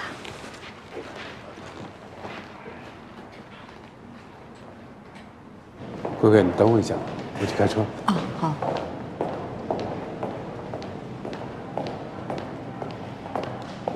怎么回事啊？说吧。我现在又困又饿，你别问我了，我脑子都不转了。我跟你说，让你离这个案子远点儿，远点儿。你现在怎么了？膨胀了是吧？飘了是吧？我说话不管用了是吧？管用管用，你说话永远都管用。你看我没办法呀，我这个人自带大案吸附体质，谁让你们都没找着，结果让我找着了呢？秦师，幸亏你是个女人，你要是个男人，再加上你这点野心，早晚必成大器。哎呀，我是女人也能成大器，你快培养我，快培养我吧。就得意吧你，明天早上上班我再审。行，那你好好审我啊。回去早点休息啊。拜拜。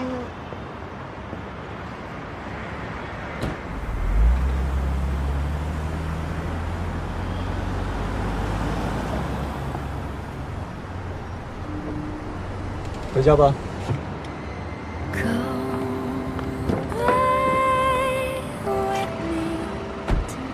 走吧，师傅。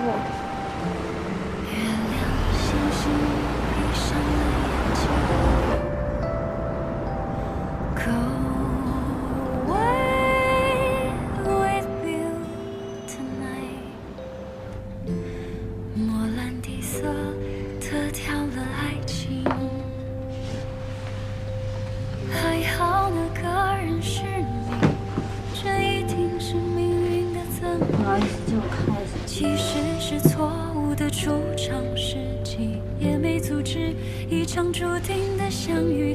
还好那个人是你，那必须是爱情的道理。就算是痛苦的过程里，也值得一次奔赴的勇气。看爱的定律，而怕的陪你，该如何选择或放弃？对爱的定义和只害怕的定律，秦律师，一句我愿意。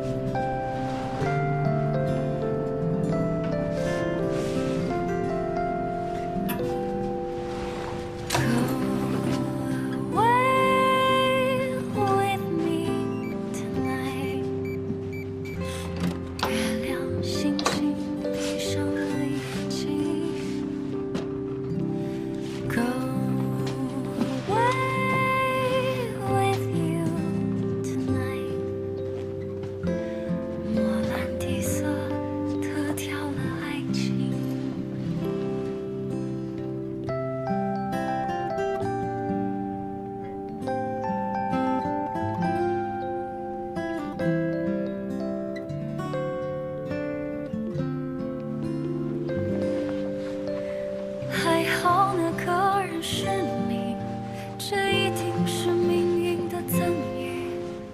即使是错误的主场，世纪也没阻止一场注定的相遇。还好那个人是你，那必须是爱情的道理。就算是痛苦的过程里，也值得一次奔赴的勇气。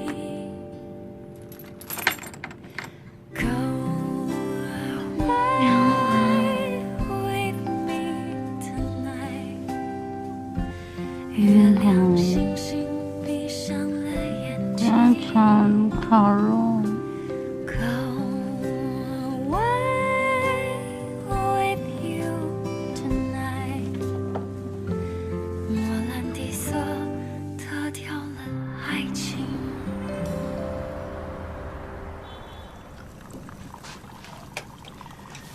有时候因为熬夜加班，晚饭只对付2口，午饭又想多节省点时间看资料，又只对付2口。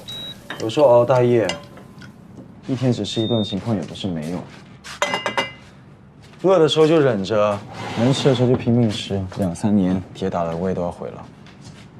青青，你很了解我呀。我说的是我自己，我以前就是这样，工作就是维持生计，而生计就吃饭睡觉，什么工作都不值得你废寝忘食。我觉得这是我热爱工作的表现。热爱也要活着才能热爱。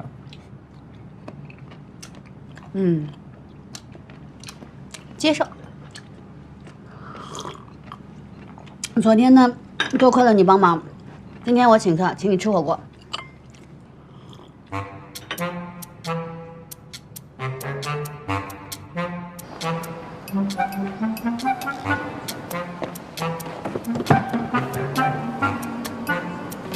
你的肉，我的车。我来帮你处理吧，你去上班吧。真的？你是电，你是光，你是唯一的神话感。对了，杨华，你要是没有地方住的话，其实可以先住在我那儿。不是白住的，你要帮我收拾屋子，用来付房租。不行就算。可以。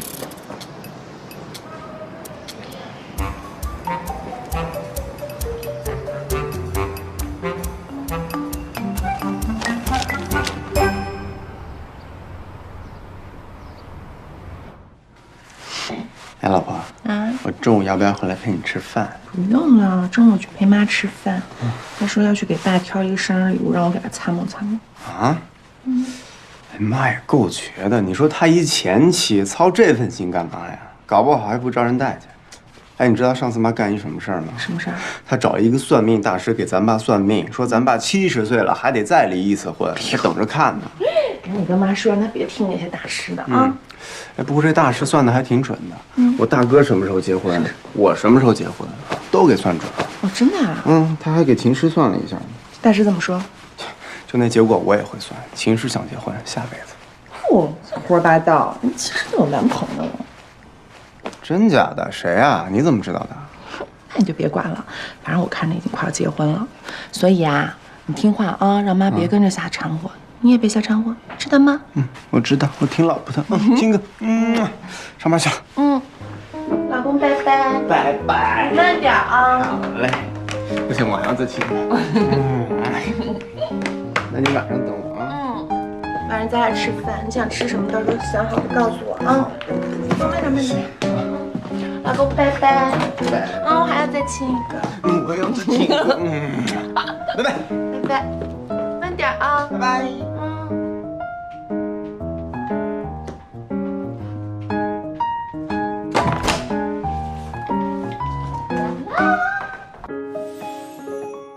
双星人像银冠耳拍 OPPO Reno9系列，邀您精彩继续。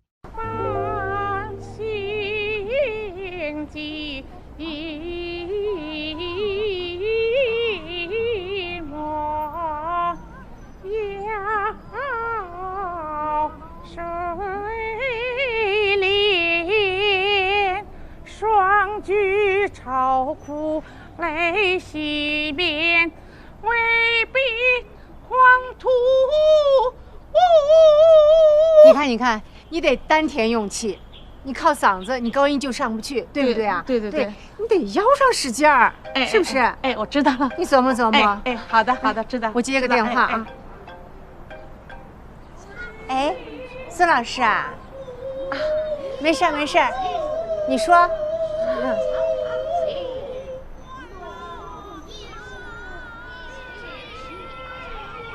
话不能这么说呀，孙老师。什么叫我们隐瞒了真实的婚姻状况啊？我儿子结没结婚，我这个当妈的能不知道啊？对方要求赔偿，那跟我有什么关系啊？我还要求你们退钱呢，凭什么赔款要我出啊？打官司？好啊，我告诉你，我不是没有见过世面的人，你用不着来吓唬我。打官司嘛，打官司了，打到天边，我儿子也是单身。就算我儿子现在有女朋友，那他也是单身，你懂吗？单身，岂有此理！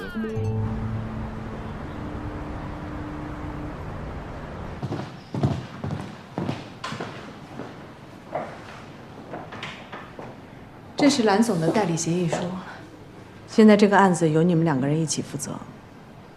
老金让我向你们转达他对这个案子的想法，速战速决。明白。这是我姨妈和姨父所有资产的清单和证明，我姨妈不方便出面，由我全权代表，所有的问题都可以问我。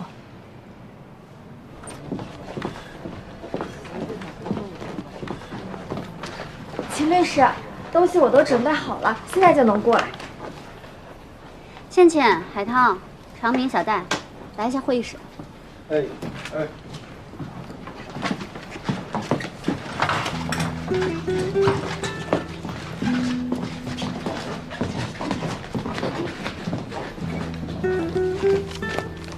我先说个规矩啊，今天进入到这个会议室以后，所有的事情都要保密，包括委托人所有的资产信息，你们跟任何人都不能透露。好的。好。这里的任何人，包括你们的父母、恋人、朋友，明白了吗？明白了。明白了。倩倩，你先起草一个离婚申请，原因是感情破裂，今天要递交法院的。好的。这些是委托人的财产资料，里面包括了固定资产、银行存款、公司股票和企业资产，你们都一一核查一下。委托人跟她的丈夫呢，结婚30年了，他们有一个20岁的孩子，孩子已经成人了，所以争议的焦点并不是抚养权，所有的矛盾都在财产分割上面。因为委托人的丈夫现在面临着刑事诉讼，一旦被判罪的话，所有的非法来源都将被没收，所以所有的财产来源都要明细。哥，我是真尽力了。庞定方和他老婆的资产，大部分都是洛威玉兰成立之前的资产。他老婆要是真跟他离了婚，咱可就散了。玉兰集团的股份都是人娘家的财产，彻彻底底的婚前财产，这可是一大头，到时候咱可能1分钱都拿不着。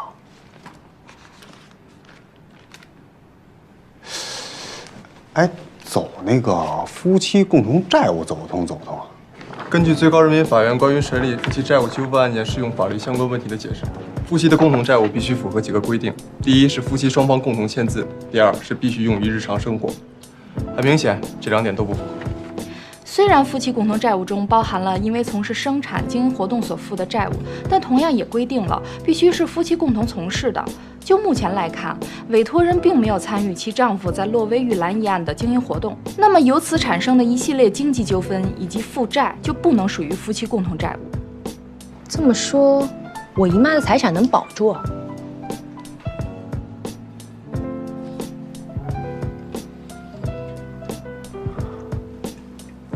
对于对方来说，最差的情况，婚内财产也能保住一半。如果男方在婚内有不当行为，属于过失方，我们可以向法院申请男方不分或者少分婚内财产。出这事儿之前，这对夫妻的感情是出了名的好，一无婚内出轨，二无家庭暴力。除了这次诈骗是男的瞒着女的办的以外，庞定方单从婚姻的角度来讲没毛病啊。我能证明男方存在过失行为。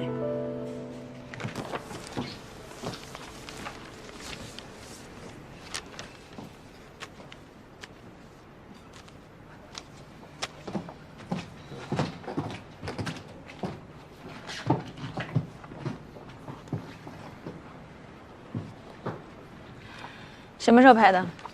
昨天，确切的说是当地时间上午10点左右。简直混蛋！我姨妈在这都快要死过去了，这个混蛋居然出轨自己儿子的家庭教师，还骗我姨妈说要回来，我姨妈还死心塌地的相信他。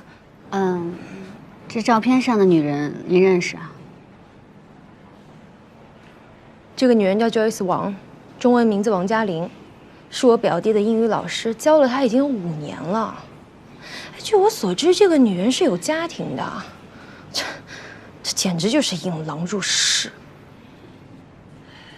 赵小姐，人生苦多乐少，不是事事如意的。法律的事情呢，你就交给我们吧。现在这个时候，一定要稳住自己的心情，照顾好自己的身体。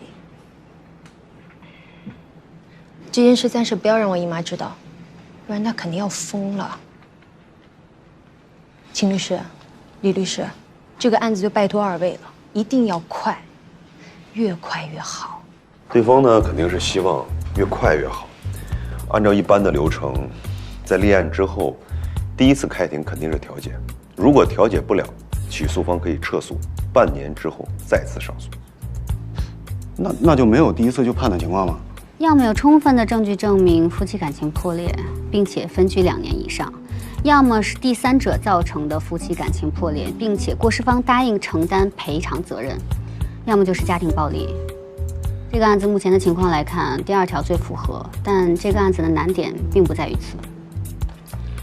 男方在国外，而且不可能回国，甚至可能连电话都无法沟通。这种情况下，法庭就算进行公告送达、缺席审判，那也是需要时间的。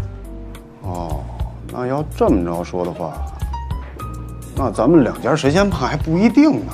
到时候咱也有可能先拿到钱啊。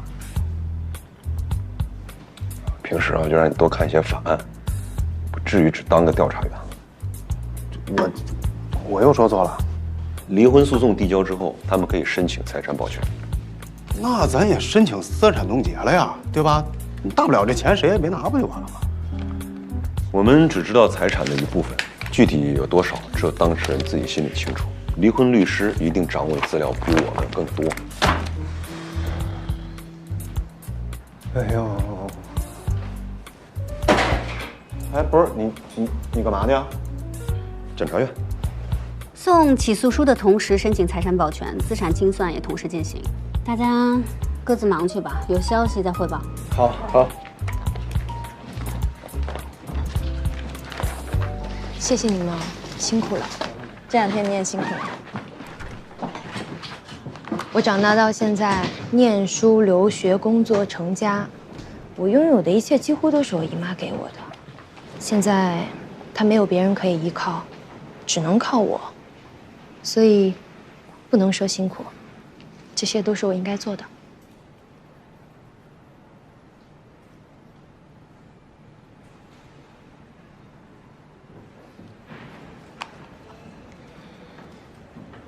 秦律师，这个案子你真打算接呀？怎么了呢？这个案子可不好办呢。你一只脚已经踏进了11楼的直达电梯了，我是怕影响你。这个案子办得好不好，跟我去不去11楼有什么关系呢？而且万一真的影响了，第一个过来放鞭炮的不应该是你吗？咱们律所上下这么多人，怎么也不该是你来劝我小心吧？秦律师，你看看，你就是一直对我太有偏见了。我这个人啊，一向对事不对人的。我讲究的呢是公平竞争。我也是呢。那咱们俩就没有意见分歧了。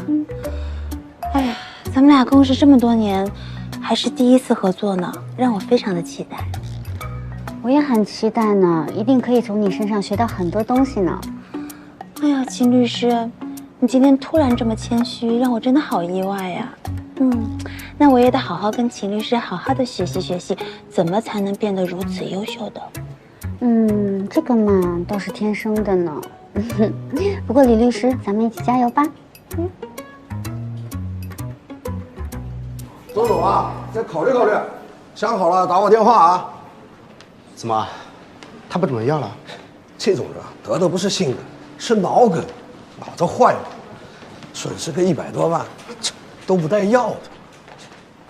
反正啊，我是不懂。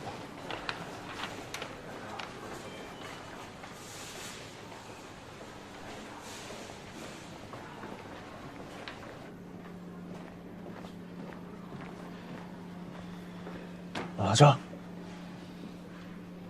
哟，你来了，怎么了？还是洛威玉兰的事，他们是讨债公司的人。你说啊，你说真有意思啊，晓得？哎呀，你说我不要讨债，可有人还非要劝你去讨。刚才那几个人你看着没有？哎呦，很可怕的，他那个多数都是从山上下来的，我再傻也不会找他们去来帮忙啊。哎，给我带的东西带来了。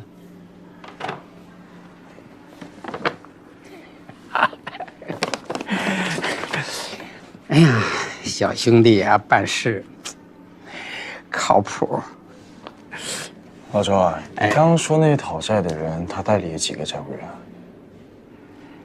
哎呦，应该不少吧？资金加起来，哎呀，大千万总是要有的。哎，这帮人真是要搏命嘛！嗨，人为财死，鸟为食亡嘛，这么大一笔钱，谁不动心啊？啊？哎，还有一个消息，我告诉你，那个洛威那个老板娘要离婚了。听谁说的？刚才他们告诉我的呀。好像是找了一个比较好的个律所，准备打官司。哎，这又验证了老祖宗说的那句话了：夫妻本是同林鸟，大难临头各自飞。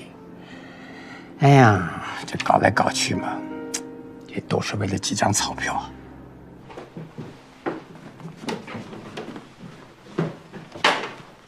哎，儿子。你找什么呢？妈帮你找。没什么，妈，我已经找到了。啊？哎，你这就走了？你不在家吃饭吗？我不吃了，下次再说吧。你看你好久都没回来了，你都没有陪妈妈说话，你。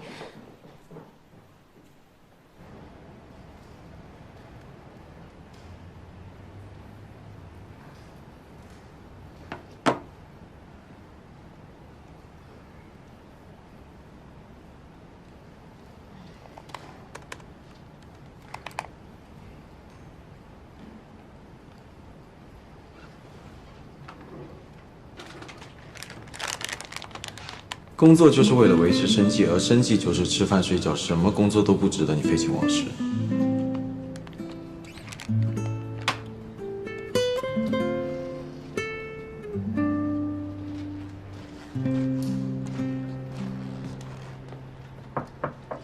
见，秦律师，我也想加入蓝总的案子。这个案子的人手已经够了。秦律师，我知道您把我排除在外的原因，我向您保证，我不会把案件内容告诉任何人，尤其是陶俊辉。这段时间跟您学到了很多，我的工作能力您也了解，您相信我一定会在案子上帮到您的。你真的觉得我不让你加入这个案子是因为陶俊辉？不是吗？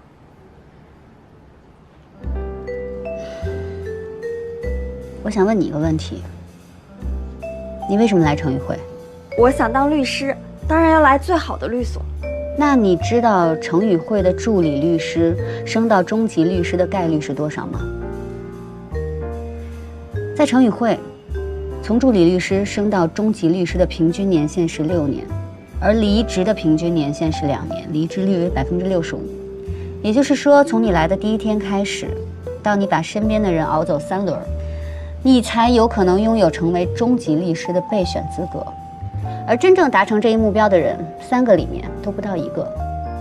在这段时间呢，你除了要做好自己的本职工作以外，还要掌握除了一般民法之外的第2法学专业或者经济学学位。秦律师，我不太明白你的意思。你看外面这些助理律师，他们每个人都付出了1000%的精力，在争取这不到1/3的机会。你可能觉得你已经很努力了，但跟他们比起来，你还差得远。秦律师，你是在怀疑我的工作能力还是工作动力？我觉得我说的已经很清楚了。我认为家境富裕或是有能在工作上帮助我的长辈，并不是我的缺点，反而是我的竞争力，可以让我更加专注于工作。我会向所有人证明我的能力。但你今天对我的偏见让我很失望。哎呀，因为嫉妒，无耻打击了一个小姑娘的上进心。前世你真是个魔鬼。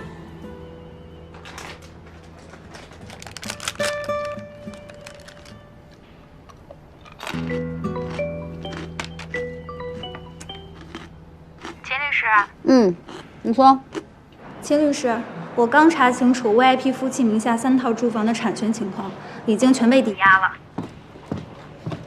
你等一下啊。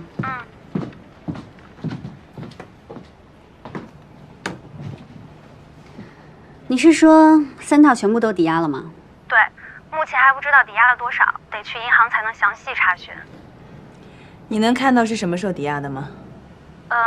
是今年年初。那他名下那些商铺和写字楼呢？我已经委托好几家中介去查了，应该很快就有结果。知道，辛苦了。有结果立刻告诉我们吧。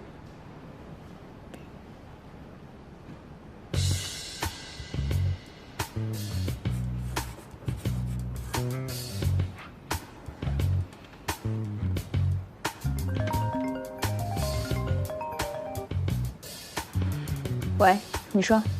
喂，李律，我在 VIP 的美容管理公司，这里的财务经理说 ，VIP 的丈夫在年初就把公司的股份质押给了几家小贷公司，因为之前也有过几次这样的经历，而且也都陆续还上了，所以也就没有重视。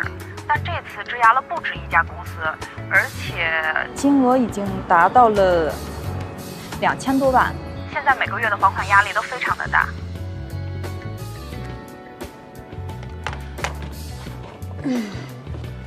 我有一种不祥的预感。我觉得不是预感。喂。喂。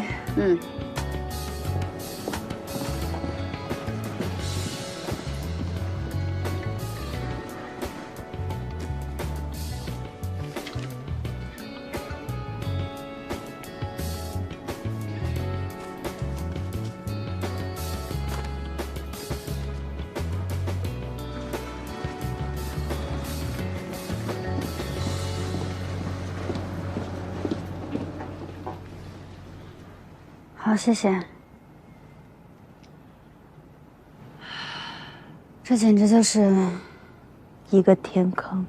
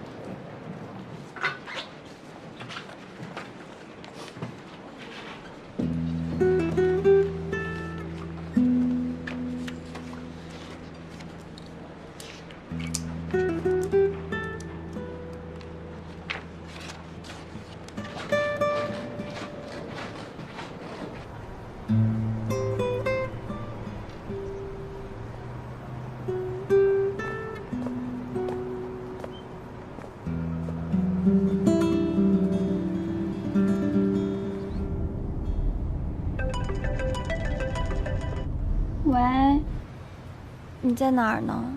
怎么了？听着情绪很低落啊。我想你了。我在外面办事儿，你先回家等我，我办完事就回去。好，那我等你。拜拜，开心点啊。拜拜。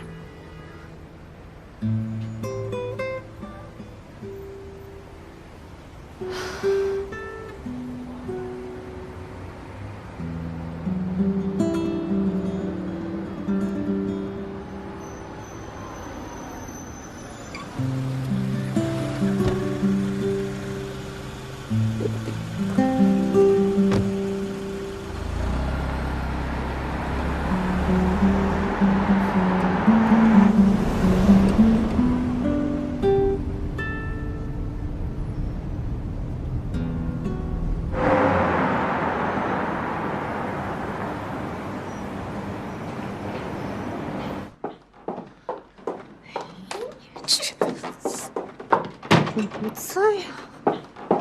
看看在这儿。哎呀，想不起。找什么呢？找名片。名片？谁的名片啊？哎呀，就是那个谁嘛。哎，跟你说你也不认识。哎呀，那你也别乱翻呐。你想想，最后一次是在哪儿看见的？最后一次。哎。我好像拿着包的，看一下，我好像，哎，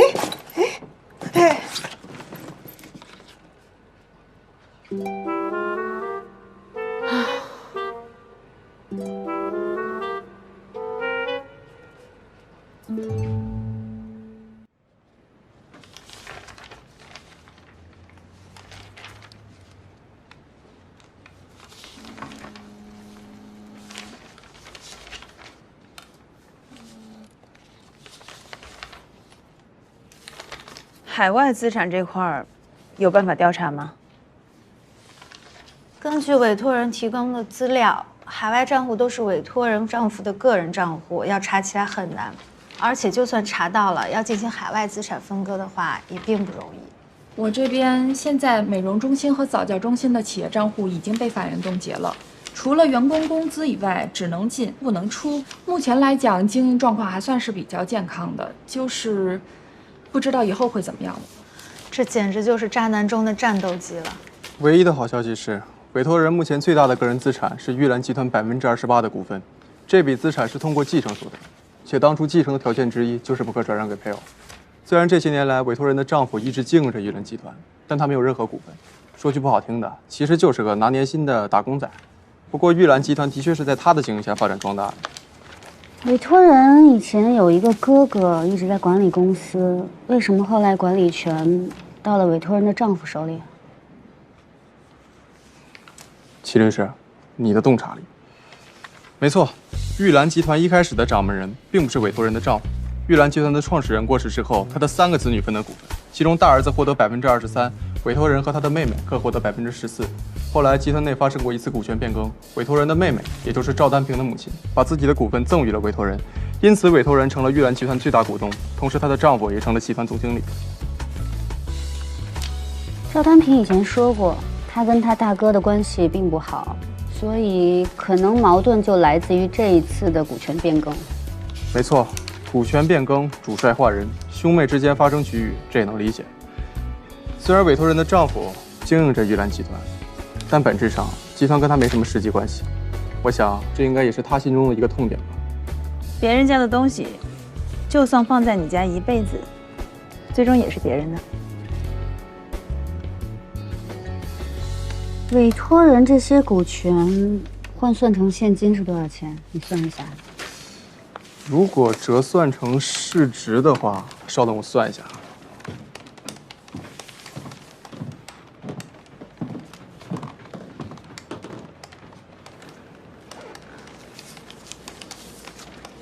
22亿。哦，对，就是22亿。这就是算计好的。庞定方一开始就想用玉兰集团来填洛威玉兰的坑，他是有多恨他老婆呀？洛威玉兰5年前成立，5年前还发生了什么事情吗？5年前他儿子出国，他认识了他儿子现在的海外监护人周 C 旺。不会吧？那周 C 旺除了年轻，也不是什么国色天香。庞定方怎么可能为他做这么大的局？他要是找，多的是年轻漂亮的，这什么眼光啊？当然不仅仅是为了女人了。委托人大哥的儿子5年前就进入了玉兰集团，这很明显，从集团未来接班人来看，庞定方早就感受到了威胁。我认为庞定方这种人呢，年轻的时候情感压抑，凭借老婆的东风出人头地，人到中年出轨并不只是贪图肉体，更多的是宣告自我的存在。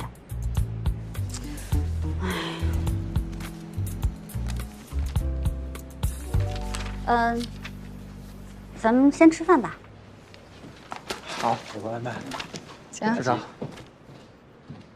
喂，怎么了？我今天在加班，可能没办法请你吃饭了。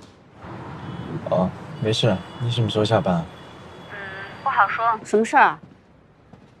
没什么，下班告诉我，我去接你。不用啊。哎，我有电话进来了，不跟你说了。喂。喂。是我。喂。什么事？我要跟你谈一谈洛薇玉兰的事情。洛薇玉兰跟我有什么关系啊？我知道你们程宇会现在代理了蓝总的离婚诉讼。如果你想聊这个，咱们就别聊了。我不会跟你说任何关于洛薇玉兰的事情。计划赶不上变化快，这件事情我们俩最好当面聊一聊。你要方便的话，我在你们公司附近等你。不方便，我在开会，还有好几个小时呢。我等你。李律师，外卖这么快啊？还热乎？什么呀？不知道，是热乎的粥吧？臭死了！别看我臭死了！你给我有纸吗？给我一张。怎么了？哎，我受不了这个。这是什么东西啊？刚有人送到前台，说是给秦律师的。给我的。啊，我们以为是您叫的外卖呢，还说怎么这么快送来了？哎呀，用这种下三滥的手段也干不出什么大事。赶紧拿走，赶紧拿走。那还你去，你小戴，快点吧，快点吧，快点吧。我帮你，报警啊！哎，我记得。哎，别喷了，别喷了，越喷味道越怪。要不然今天就这样吧，散了吧。我请大家喝一杯吧，一起去吧。不去了，我有约。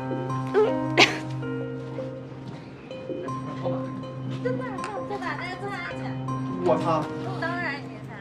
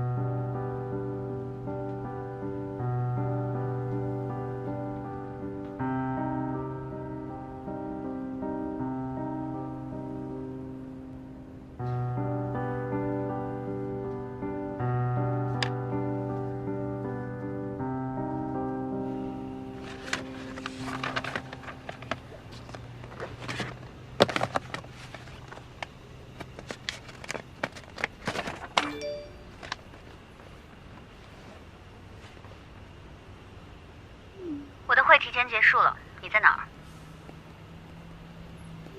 地下停车场，我去找你。不用，我下来找你。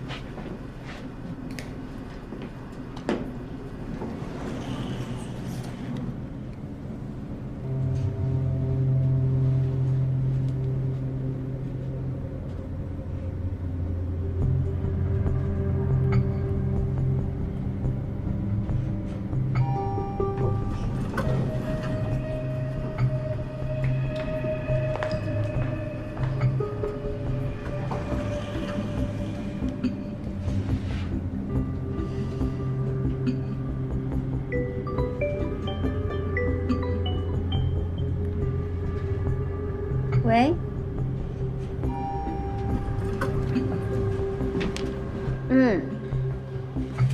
你这电话今天打的神准啊！啊，秦律师是吧？不是。哎，老公，啊，我现在到6号门这儿了。啊，行吧。那我现在绕过来找你。这么好，今天想给我打电话啊？秦律师，秦律师，别害怕，我们兄弟找你是关于洛威玉兰的事儿。你们认错了，我不是秦律师。哎，哎呀，哎，秦律师你注意啊！喂，秦律师，秦律师，看多了这些离婚案，简直就是恐婚，对良知和人性都失去了希望。你说这算不算工伤？婚姻这制度从诞生开始就是为了维护男性的。你想，过去那母系社会哪有什么婚姻制度？你要在一个男权制度中寻求对女性的庇护，如今的民法通则已经很努力了，没毛病。我不同意。现在的法律保护的是弱势方，但弱势方并不等同于女性啊。这不就是人们孜孜以求的两性平权吗？你不能说得意的时候就说这是平等，不得意了就说这是歧视吧。除非男性也有子宫，共同承担生育风险，要不然这两性永远不可能存在平权。李律师，你说对不对？如果男性也有子宫，这个世界上就没有2个性别了，就只有1个性别了。你们前一阵没看新闻啊？现在中国的女性独立意识越来越强了。现在这个问题已经不是光是中国的问题，是全世界的问题。中国女性的这个独立意识已经不仅仅的是在家庭和家庭责任上。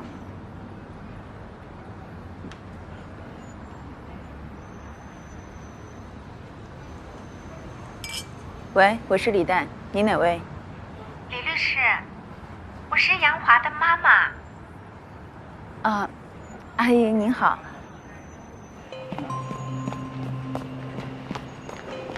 找到没？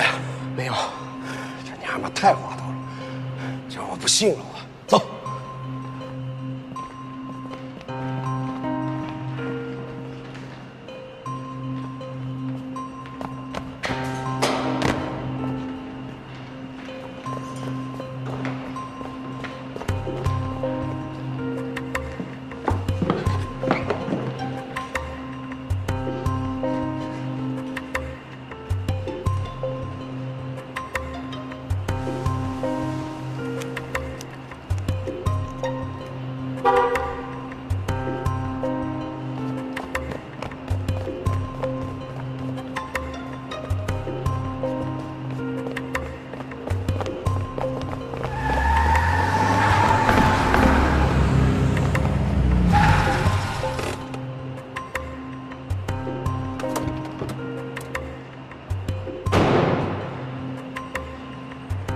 兄弟，哪儿来的？这事儿跟你有关系吗？劝你少多管闲事儿。你们知不知道这么做已经违法了？我是律师，我已经报警了，赶紧走。得，哎，兄弟，你懂法，我们也懂法，我们只是想找这位秦大律师聊聊天儿，我们什么都没做呀。啊？对了，警察来了正好，我们现在怀疑你对人家秦律师图谋不轨。把人放开，放开！秦师，记得我教你的吗？没事疼吧？疼。起来。起不来了。起来。我以后当律师，我又不当保镖。律师也是高危职业。那你以后保护我。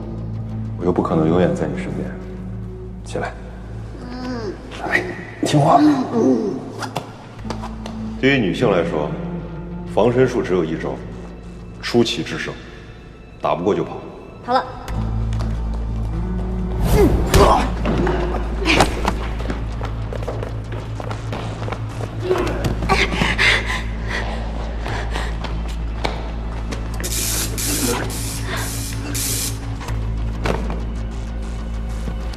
你怎么来了？走，快走。等一下，那边。他一干可以的，我们去就帮他忙。不行，那边人太多了，他扛不住。你先回去吧。哎，你在这等我，我去。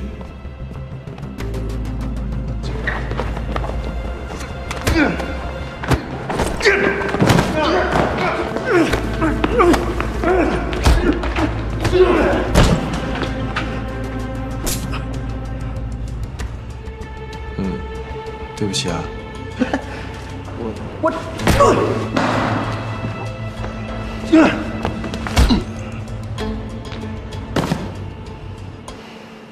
没事吧？没事。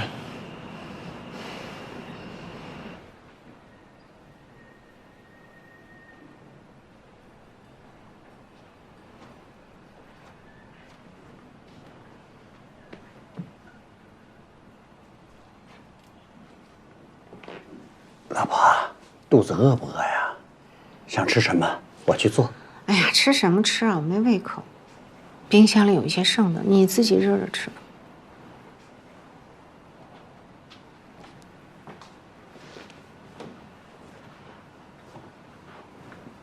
老婆，这是怎么了？人家都说娶了媳妇儿忘了娘。但是我想，我自己的儿子是我自己培养的，肯定不会。哪里知道，一撒手就没。什么孝顺养育之恩，不存在的。哎，跟我说翻脸就翻脸，说搬出去住就搬出去住。你总说儿子跟妈亲，其实啊，你一点都不了解你儿子。你这是什么意思啊？咱们这个儿子啊，占有欲很强的，凡是他看中的、喜欢的，他绝对不会因为任何人而妥协。他从小就这样。随我。可是他们才认识多久啊？你的意思是说，他俩之间是真的啊？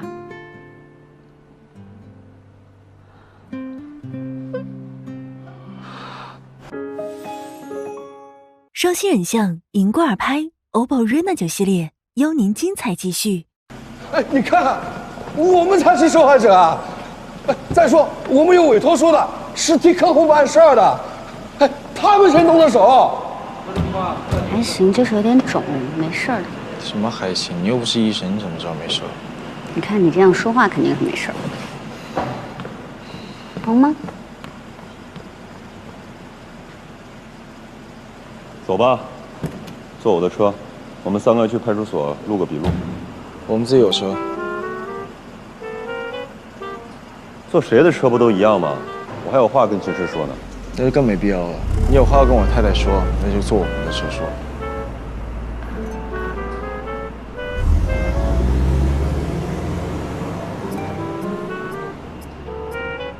时间不早了，我们早去早回。你身份证还在我这儿呢。我对插足别人的感情不感兴趣。好了好了好了，走吧，快饿死了。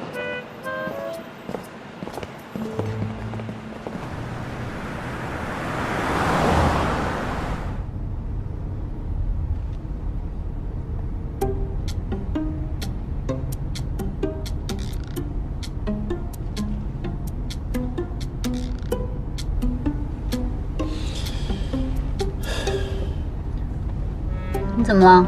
这车坐的不舒服。现在下车还来得及。是你硬要跟我们一起上车呢？这是我的车。陶律师，你不说有事跟我说吗？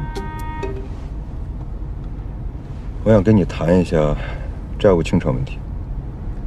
债务问题你要去找庞定芳啊，找我干嘛？你们这2天在做夫妻共有资产的调查吧？庞定芳的刑事罪肯定是板上钉钉了。如果现在积极偿还债务，刑法上还是有商量的余地。债务问题是庞定芳一个人惹出来的，与我的委托方无关。可是这件事情发生在他们夫妻婚姻存续期内。庞定芳和蓝总是夫妻，他很难从他享受到这一切当中剥离出来。婚姻中，夫妻不光要一起共同享受利益，还要共同承担责任。一方犯错，不可能立马就抛弃吧？这就好比你丈夫失业在家，也不可能因为他失业在家就立马跟他离婚吧？无非你个长舌妇。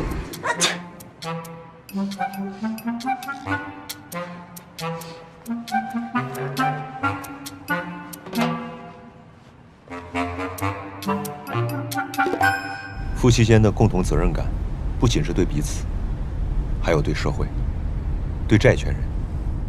蓝总替洛威玉兰站过台，那些受害人就是对他的信任，对玉兰集团的信任，才陷入到这场骗局当中的。哎，你这样说话我不爱听了。生意场上只谈利益，你不能吃了亏就跟我谈感情吧？那之前你们得到好处的时候呢，也没见你给我的委托方分红啊。还有一点我要说明啊，我的委托方是否参与了洛威玉兰这件事情，由相关机构调查结果为准，你说了不算。还有，整件事情里，我的委托方是最大的受害者，让他替庞定方承担那些债务，不可能。你们要是这个态度的话，那些债权人肯定不会满意的。如果你们现在积极偿还债务，我至少可以保证他现在其他的企业能正常运营，不受到干扰。否则，他所有的企业即将被封冻。等到婚姻判决书之后，这些企业也得要申请破产。你什么意思啊？你威胁我啊？看车。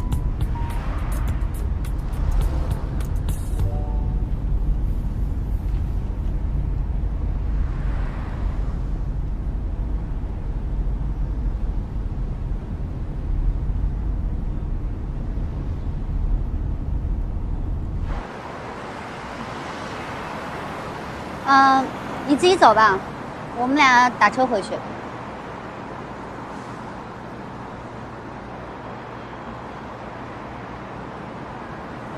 你最好考虑一下我刚刚在车上给你的建议，你不要用你的价值观影响你的代理人，这样下去鱼死网破，对谁都不利。我先说清楚啊，我没有把私人感情带到工作里，你不要小看我。想好了给我电话吧。等等。作为律师呢，我觉得你已经尽力了。这个案子不是一个人可以解决的，所以我劝你适可而止。别的律所是不是赚一笔律师费就走人，我不知道，至少我不是。我只希望我的代理人拿回属于他们自己的钱，而不是一张胜诉裁决书。所以我不会放手。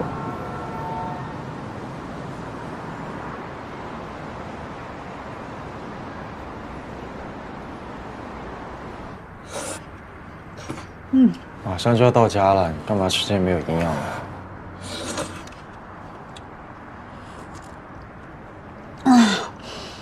我真的1秒也等不了了，那太好吃了，我简直饿死了。你要不要？萝卜，来一口，爱吃不吃？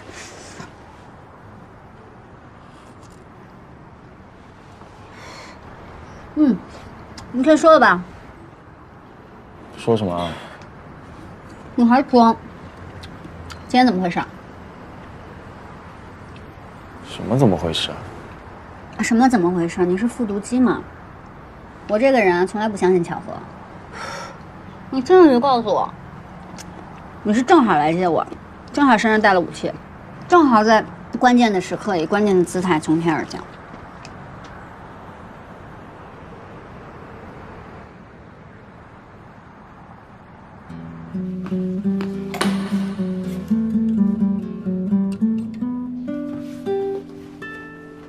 你什么时候下班？下班告诉我，我去接你。那些人为什么袭击我？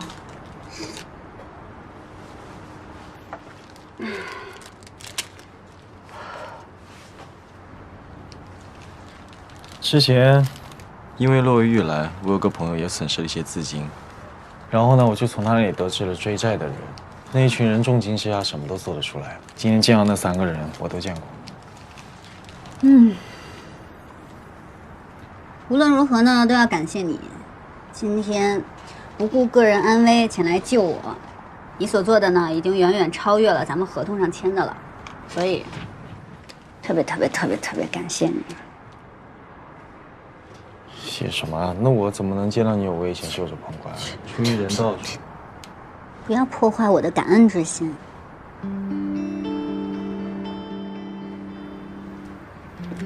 等一下。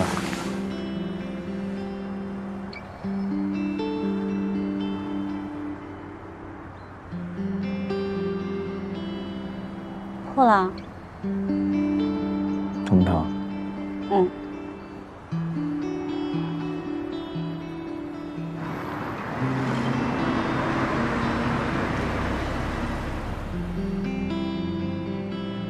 轻点儿。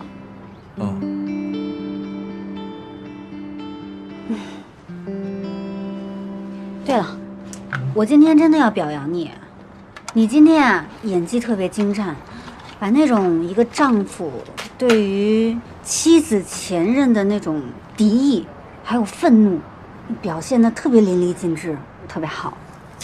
手动100个赞，给你盖个章。秦律师，要是你什么时候能不粗心大意了，我也给你盖个章。谢谢。哎，别收。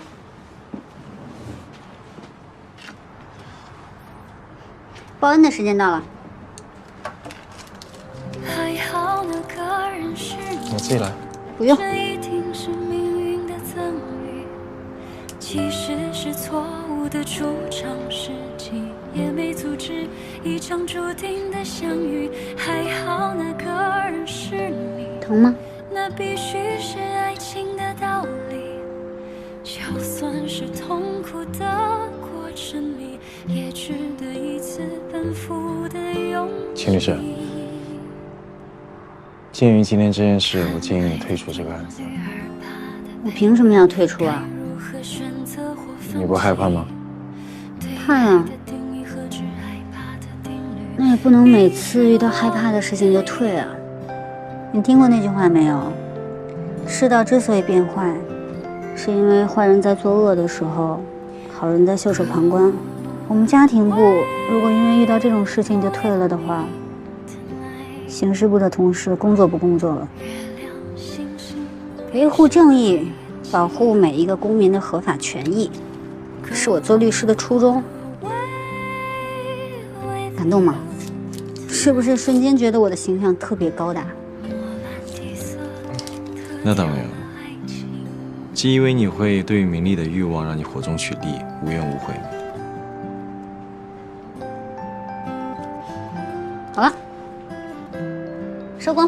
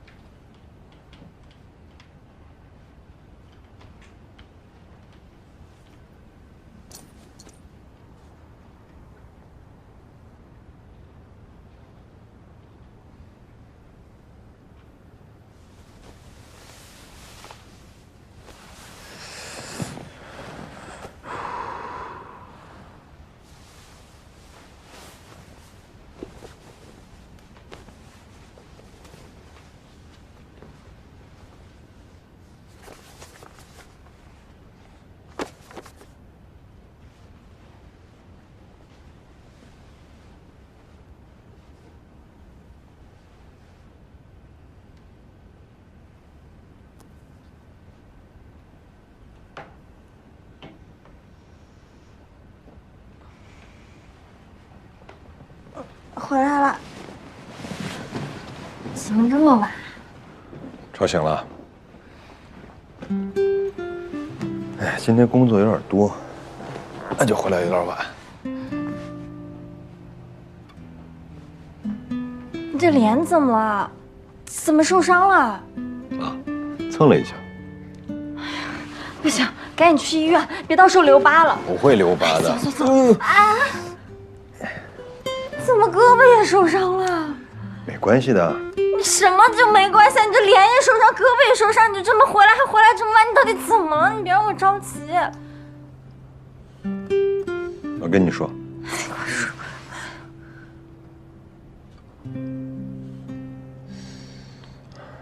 要债的人找秦律师干嘛呀？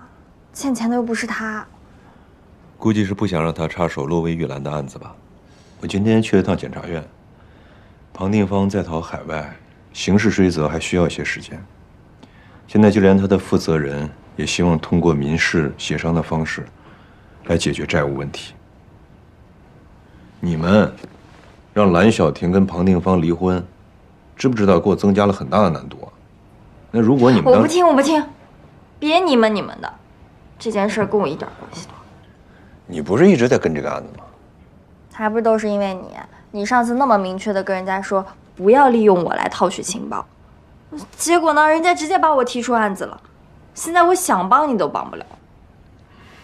都怪我，我错了。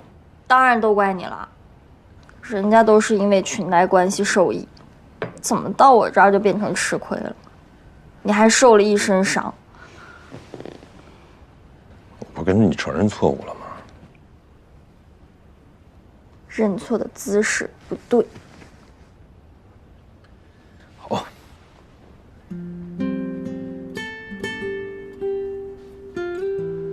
这件事情都怪我，下不为例。你要不说话，我就当你原谅我了。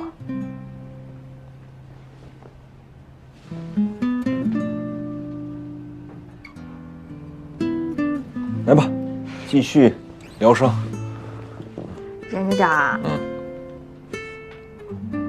看着都疼。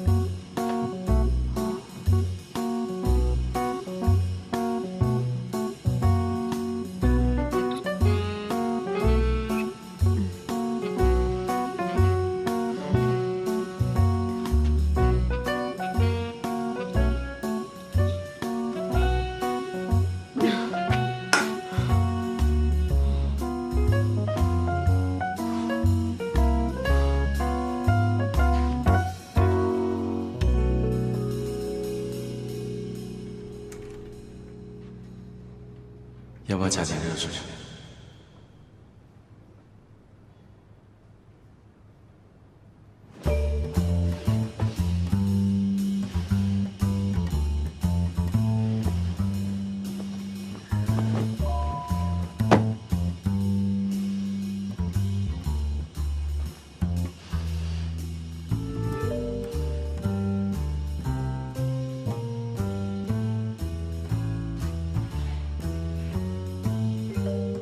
需要我帮忙，随时告诉我。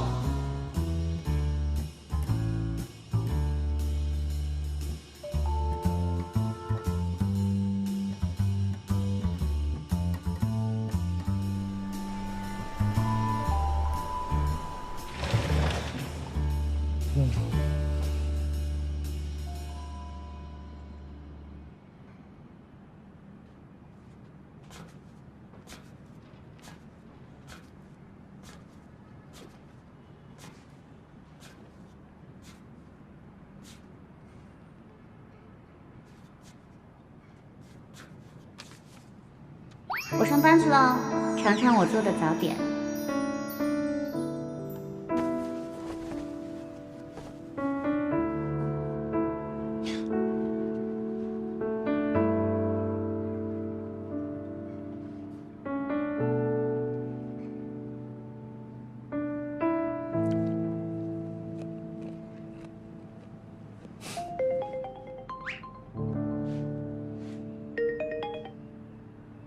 喂，哎，是我老周。我现在已经到厂里了啊。嗯，那先下来，你按我说的做。好，好，好。喂，你好，来。你们听说了吗？昨天晚上我们办公大楼发生斗殴了。真的假的？说吧。你怎么知道的？我听物业保安说的呀，说是有几个社会青年要绑架一个女律师。女律师？我们律所的。我们律所的。李律师早。李律师早。什么时候的事情啊？好像就是昨晚8、9点钟的事儿。不过应该没什么事儿。当时有2个男的在场帮了他。我们刚还猜呢，会不会是秦律师啊？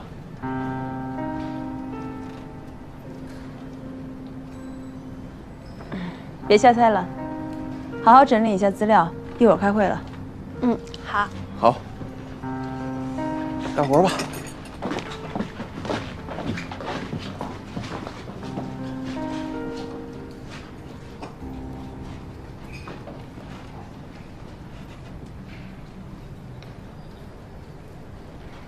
海涛。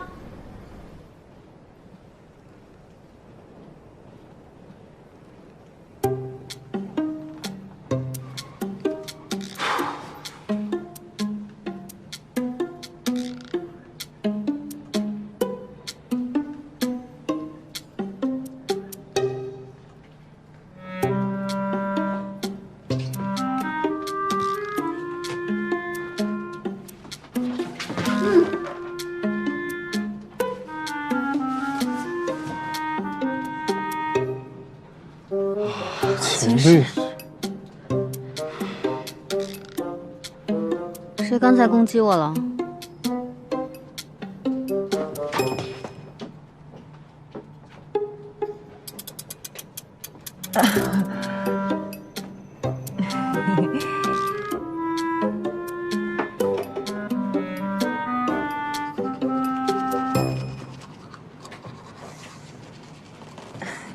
你昨天不是说有约会先走了吗？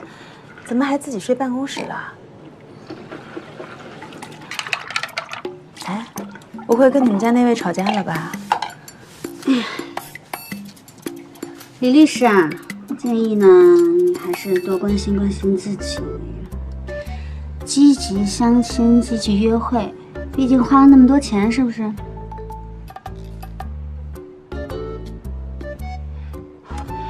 哎呀，真是字字珠玑呢。我一定会把你的话好好的记在心里的。会议室见。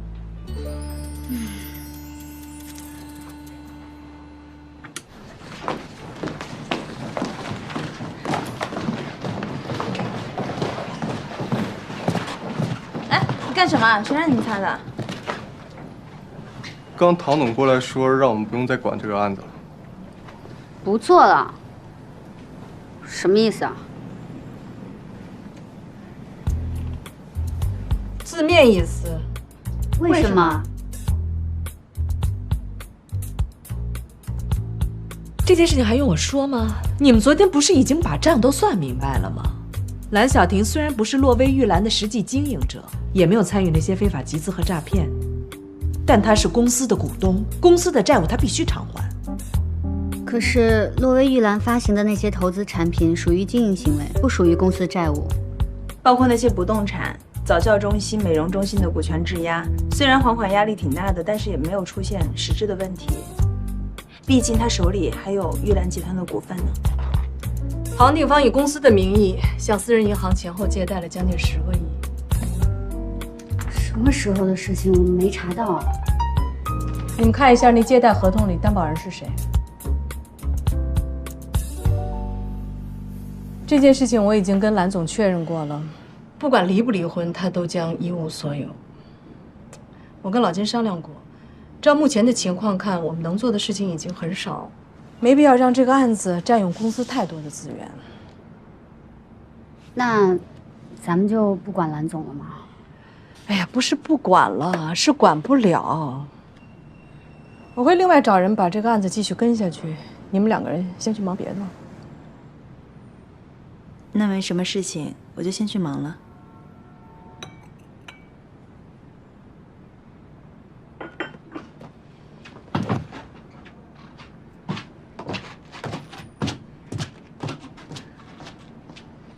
唐总，我是觉得，如果咱们现在都不管蓝总的话，可能真的没有人管他了。其实我昨天晚上做了一个方案，现在还需要调整，但是我觉得是有可行性的。秦师，这件事没有讨论的余地。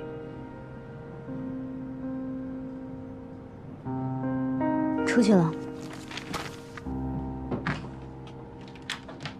你等等。你没事吧？你昨天晚上的事儿我都听说了，哎呦，吓死我了！你说你要出点事儿，我可怎么办呢？这不是没事儿吗？你今天别上班了，放你1天假，你回去好好休息休息，再去医院做一个全面的身体检查，公司报销。这我真没事儿。什么没事儿啊？这是我跟老金的一点心意。那我可不跟你客气了。你什么时候跟我客气过？这是咱们这个半成品啊。这裁剪了之后啊，就在这进行拼接。对于制造业调查其实很简单，要抓住5个要素：团队管理、技术、市场、财务。他们带你看的一定是最好的情况，一般都经过修饰，所以你要从最细节的地方观察，比如材料堆放是否整齐，环境是否卫生整洁，工人的精神状态是否良好，工服穿着是否符合规定，自行车棚的车辆停放是否有序。不要小看这些细节，越是大的企业，越要从小的问题上透视管理水平。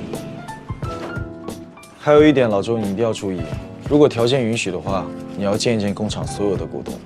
有些大股东和小股东之间有经济纠纷，那么你在收购上就会增添很多不必要的麻烦。最大决策人如果可以的话，最好连家属也见一见。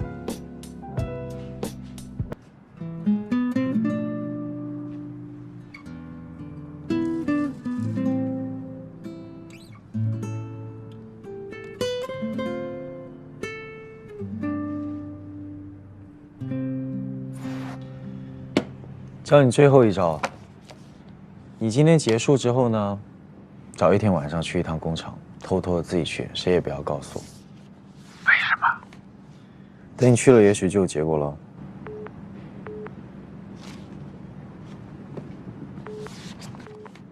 好了，不跟你说了。喂，杨华，我想问你个问题：如果有一件事情呢，你做了对你没好处，但可以帮到别人，你不做的话对你没坏处，但对于别人来说是灭顶之灾，你会怎么选？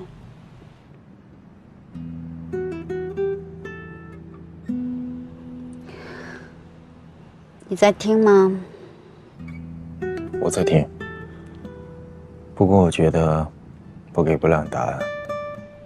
一个人的命运从来不是由任何外人决定，一切源于自我的选择。你是律师，你应该比我更明白这个道理。虽然现在是你在问我问题，不过我想你心里应该有了答案。你要的无非是我的鼓励，对吗？可是我这样的选择会是正确的吗？秦师，你跟我说过你是好律师。一个好律师会做什么样的选择？我知道了，谢谢你。杨华。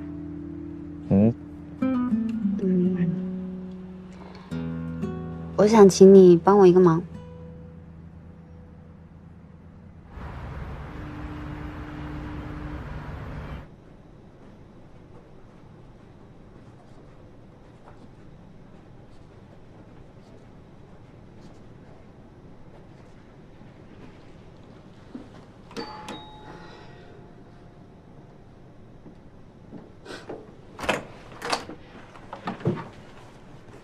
你来干什么？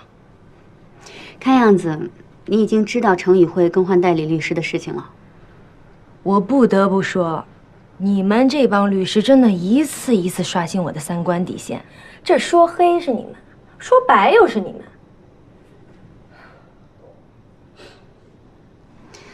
既然你已经都知道了，我就开门见山吧。程宇慧放弃了蓝总，但我没有，所以我这次来不是代表程宇慧，而是代表我自己。我想以我个人名义做蓝总的代理律师，不收取律师费。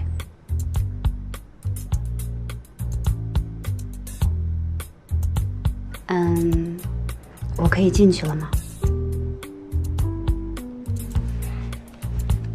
你们程宇慧的律师风格还真是独树一帜，一个个都不喜欢按常理出牌啊。秦律师，你果然没让我失望，你来的正好。李律师刚刚把我们现在要面对的情况都说了一下。李律师，你怎么也来了？这话应该我问你。李律师比你早到了半个小时，说的话跟你刚才说的一模一样。啊，英雄所见略同。现在我想问你们俩同一个问题：为什么在所有人都放弃这个案子的情况下，你们反而一定要代理，甚至都不收费？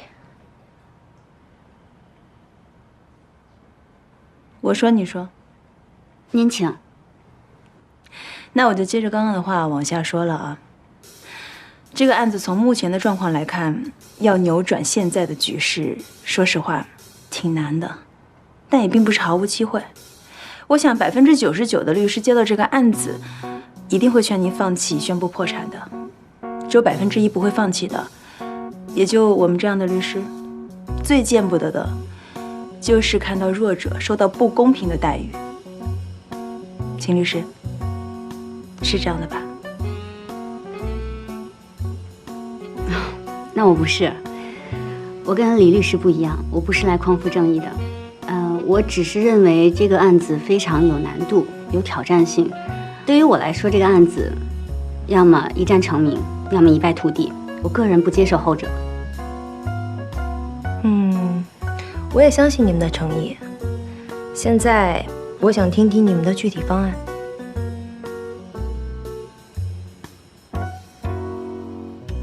你们的意思是让我撤诉不离婚了？不是不离婚，是暂时不能离婚了。为什么？之前不是说只有离婚才能保住大部分财产吗？之前我们是以为洛威玉兰的债权跟蓝总是没有关系的，但事实上蓝总是洛威玉兰的资金借贷担保人，所以就算离婚，这10个亿还是要由您来还。我们呢还有一个其他的解决方案，为了确保这种方案的可行性，我还咨询了一位专家。蓝总，您要不要听听他是怎么说的？好，您稍等。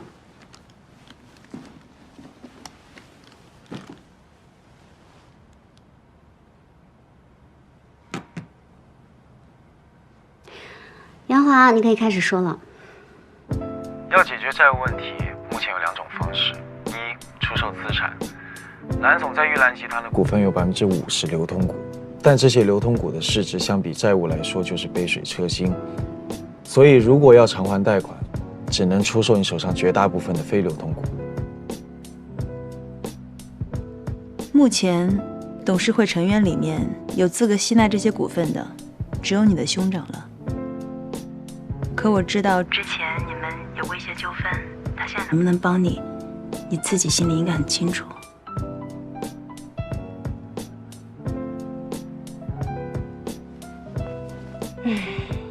现在我这个舅舅，恐怕做梦都会笑出来。那第2种方案呢？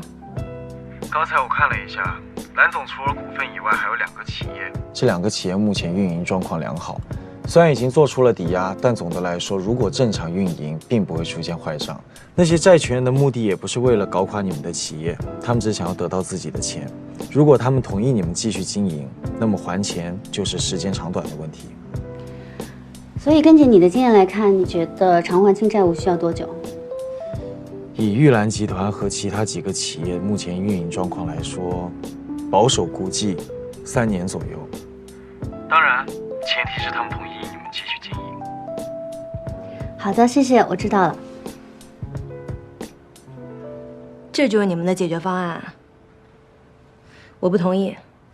如果说我姨妈之前担保的债务我们承担也就算了，那些乱七八糟的债务凭什么让我们承担？这不公平啊！是不公平，但这就是现实。秦律师的先生已经说了，就是我们有这个想法，也要经过债权人的同意。昨天我见到了陶俊辉律师。他找你干什么？陶律师给了我们一个提议，因为现在所有人都已经知道庞定方先生出逃海外了，那还款的希望都落在了蓝总您身上，所以如果蓝总有一个积极的还债计划的话，他们是可以保证蓝总名下的企业可以正常运营。没错，这是目前唯一的出路了。如果债权人知道蓝总有逃避债务的倾向，那必定将会刺刀见红，鱼死网破。如果走到了司法流程，那您旗下所有公司都将毁于一旦，包括玉兰集团的股份也会保不住的。你们想的太简单了。别的先不说，庞定方离开以后，玉兰集团到底归谁还不知道。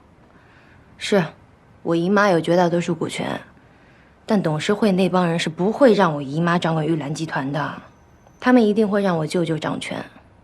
如果真是那样，你们想用玉兰集团的水灭洛威玉兰的火，就绝对不可能。为什么？因为他们不认为我能管理好一个企业，在他们眼里，我不过只是一个拥有外表没有脑子的无知妇人。叫我一声蓝总，不过是因为我的姓氏，因为这个姓氏，我才拥有了这份产业。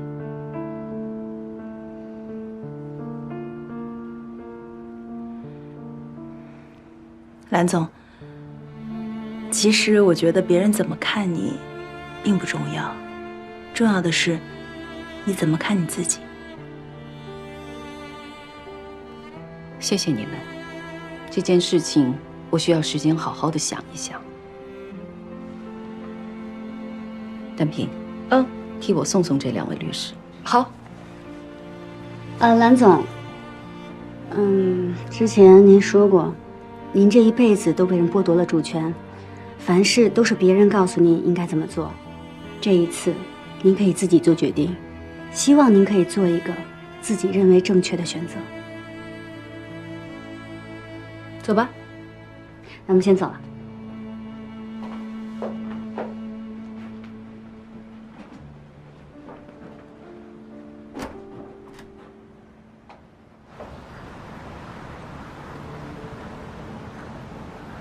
秦律师，这是我们第3次有共同的秘密了，希望这次能够合作愉快。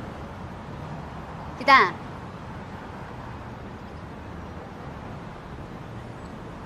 一起吃个中午饭吧。你请啊？我请。走吧。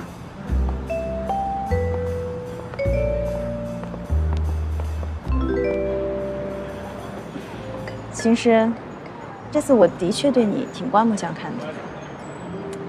你可别夸我，夸我听着难受。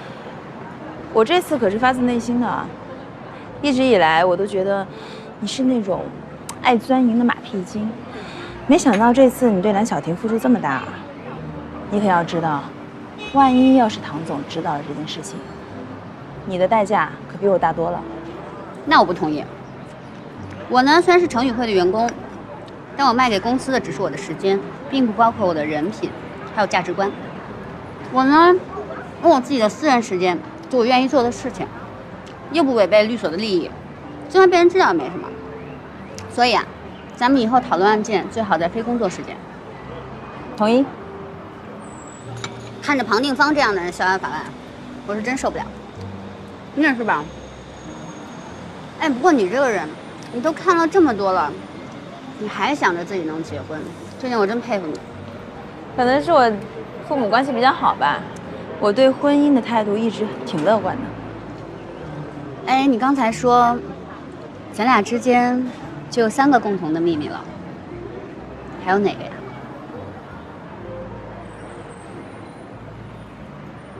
上次刑事部被开除的小高，他关于陈宇慧2500万的消息，其实是听了我跟老乔的聊天才知道的。这件事情你是清楚的，但是你并没有让唐总去追查消息来源，也没有拿这件事情让我难堪。这个人情，我记着。我也不是喜欢欠人人情的人，所以还你一个。我的 U 盘。嗯。李律师，我真的不知道你说的是什么。我儿子跟秦氏根本没有结过婚，我见到秦氏这个人也是。这件事情我可以解释。不用。这件事情，我从头到尾都想了很多遍，唯一合理的解释就是你一直在撒谎。你为了让自己的事业迅速升迁，编造了一个完美的婚姻。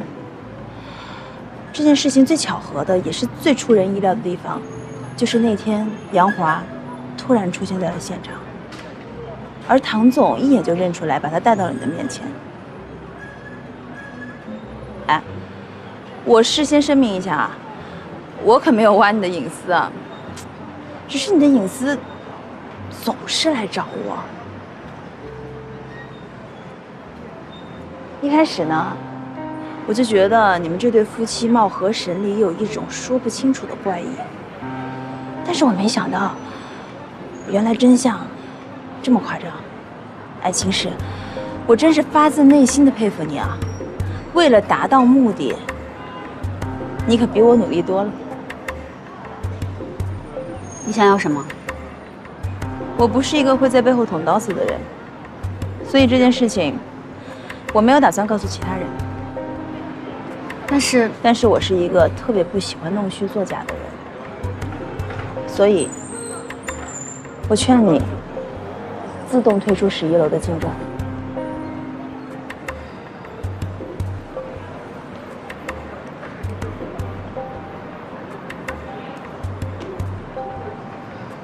就算我退出，也不代表你能上。我知道啊，秦律师，你可别误会了，我可不是来跟你抢名额的。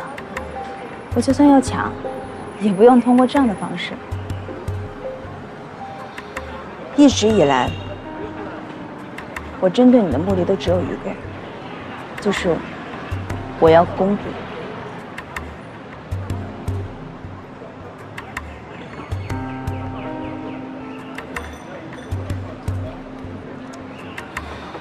谢谢你请我吃午饭，还给你。我们回头再见。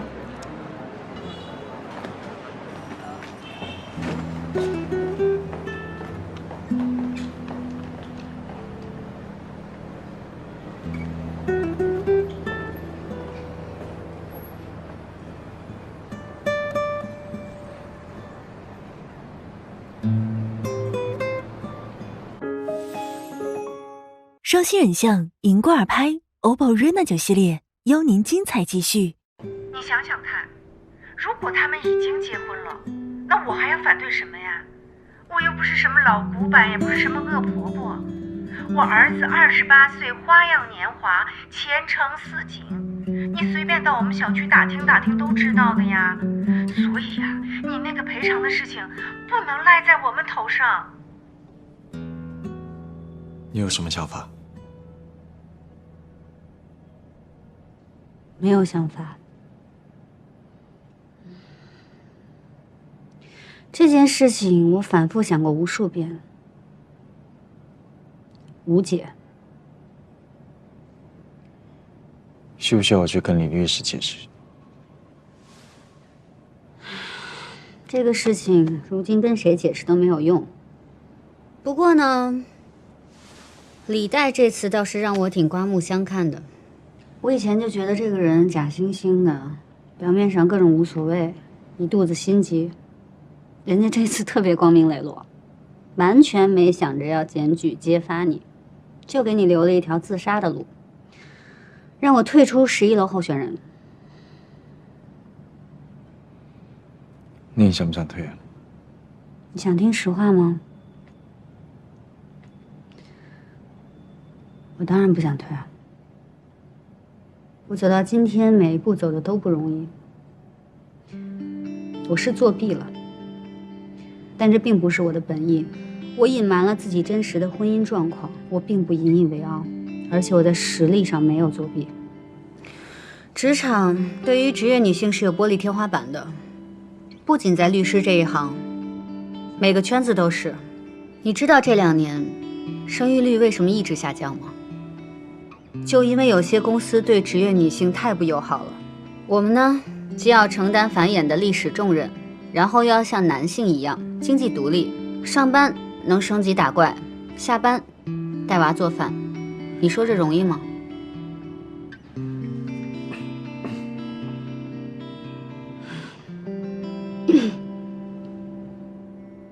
还好，现在好多女孩其实也没那么傻。既然无论如何也满足不了社会和家庭对我们的需求呢，我们不玩了总可以吧？我就管好我自己，过自己的，这都不行。结了婚的怕你生孩子，生了一个的怕你再生一个，拜托我也怕好吗？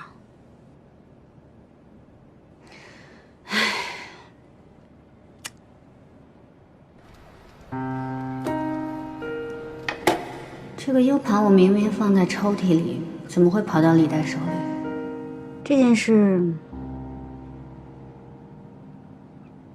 我实在想不出其他的办法了，只有自杀这条路了。大不了换个地儿重新开始呗。就像你说的，走错误的路，注定到不了我想要的终点，我认了。我这边是糊了。希望对你那儿不要产生太大影响。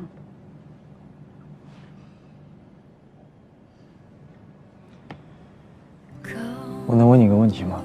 嗯。如果你到了11楼，你会跟你的老板说出你真实情况吗？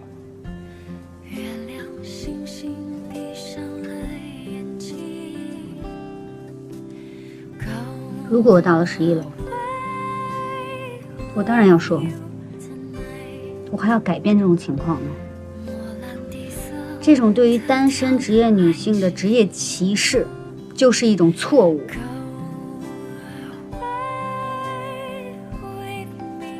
那到时候我可不可以监督你？你什么意思？我有一个解决方案，能够让你摆脱目前所有的困境，一个完美的解决方案。我们结婚吧。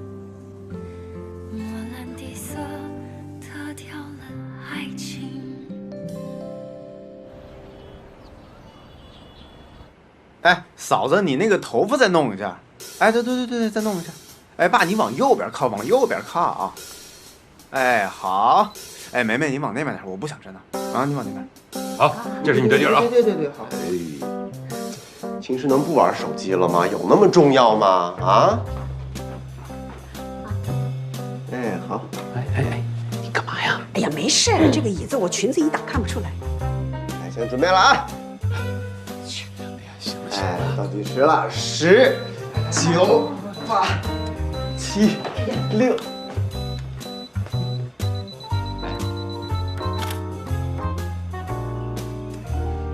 哎呦，爸生日我不想扫兴，有些人识趣点自己出来。不是，秦师，我们拍全家福，你跟这作什么妖？谁出去啊？啊，你赶紧回来。你也知道全家福啊，爸今儿过生日拍张全家福，哪有拍客人的道理啊？拍的谁的全家福啊？哎，你什么意思呀？前妻也是妻啊，生了咱家孩子就是咱家人，对吧？再说了，爸都没说什么，有你什么事儿啊你？少说两句。哎，那个小石啊，这样，你跟爸和阿姨你们3个先拍好吗？哎，我们让一下，让。不是，凭什么呀？不是，都别动，让一下。站好。老二，不是凭什么？你不能老惯着他，爱拍不拍，拍一拍。你要干嘛？你要干嘛？你要干什么？你给我相信。哎，不是你，哎妈，他掐我他。秦师啊，他是你哥哥哥，你怎么样掐他？一操作后掐就掐了。不行，他是我儿子，你不好掐的。喏，你们看看吧，这种性格，这种脾气，还想干什么？谈恋爱结婚啊？你做梦吧！做梦吧你才做梦！你干什么？你干什么？你这样说我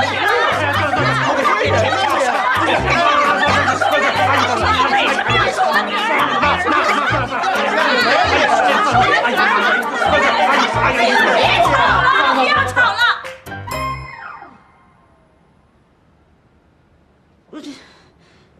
那个，饭都做好了，今天爸生日，咱们先吃饭吧。啊，爸生日，菜都做好了，先吃饭吧。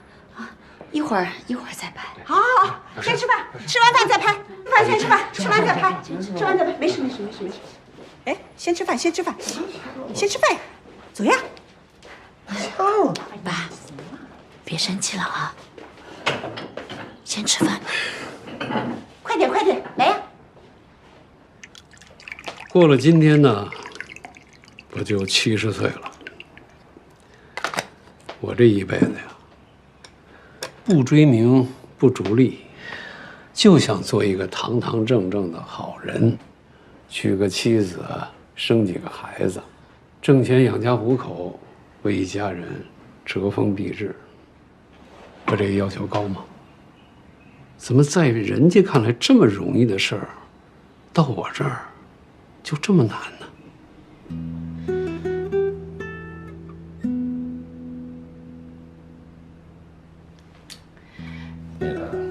爸，要不我陪你喝一杯？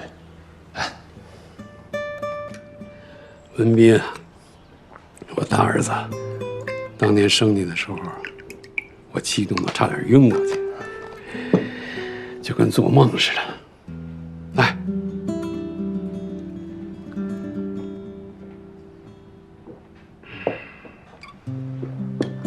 我跟你生母离婚的时候，你才4岁。他心气儿高，非要出国发展，我能帮他的，只能是放他走。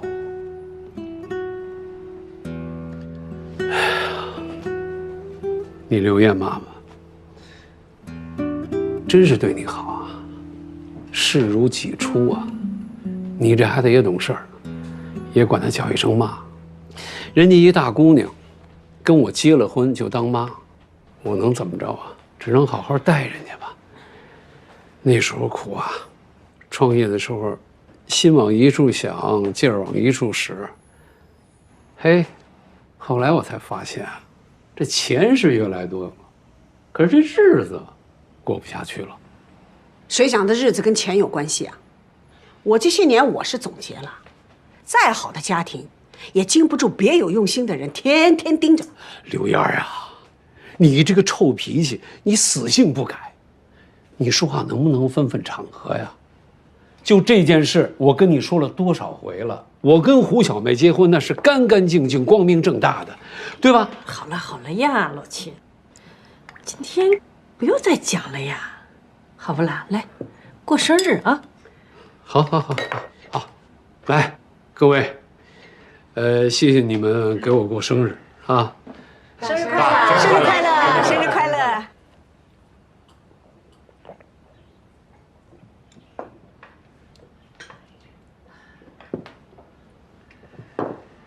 你们看在我这个既不是称职的丈夫，又不是称职的爸爸的老头子的份上，咱能不能不吵了？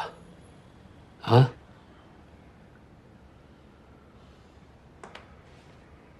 坐在这桌上，就是一家人。我不希望看见你们相互指指点点、吵吵闹闹，有什么大不了的呀？大家都相互念对方的好。刘燕儿，这我就得说你了。你是文彬文宇的妈妈，可是，在今天这个场合啊，你就是个客人，没什么可说的。你说孩子吵吵闹闹就算了，你跟着瞎起什么哄啊？你讲的嘛有道理，但是刚才的事情你也看见了，谁先动的手啊？就算有的人不把我当成这个家的人，没有问题。但是文宇是我儿子，他从小只有妈没有爹的。他受了委屈，我不帮他，谁帮？文宇，说起来呀，爸最对不起的就是你。你看他，好像娇生惯养长大的似的，实际上我知道啊，那是跟我们在后厨长大的。那时候创业苦啊，也顾不上他。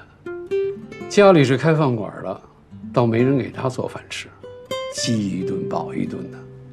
他饿极了，抓起生肉他都敢吃。哎呀，一想起这些事儿啊，文宇啊，爸真觉得对不起你。爸，那个时候压力大呀，脾气就大，没耐心，打骂多，教育少。你从小就不爱读书，你读书少就算了吧，那脑子还不好使，经常被人骗。子不教，父之过呀，得，这都是爸的责任。爸，你别说了，是我自己不好，但是现在有梅梅陪着我，我再也不会被人骗了，而且我也不会跟梅梅再闹离婚了，我不会再离开梅梅了。不。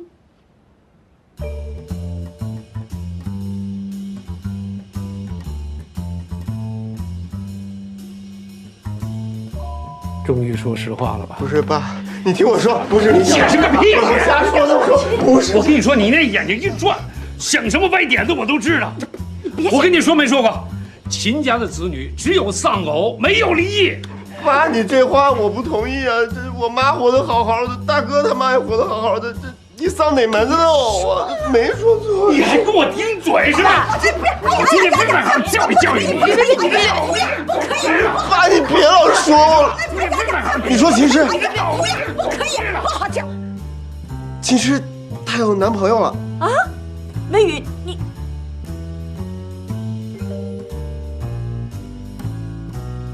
哎，对，哎，秦诗她有男朋友了，都已经交往2、3年了，是不是？现在都住一起了。她之前那个跟陶俊辉分手，就是因为这种。乔宇，你疯了你！小诗，他讲的是真的啊？哎呦，你跟妈妈讲呀，你跟妈妈讲呀，好不好啊？啊？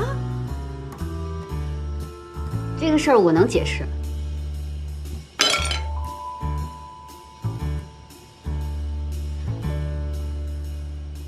真的，不可以。很好啊，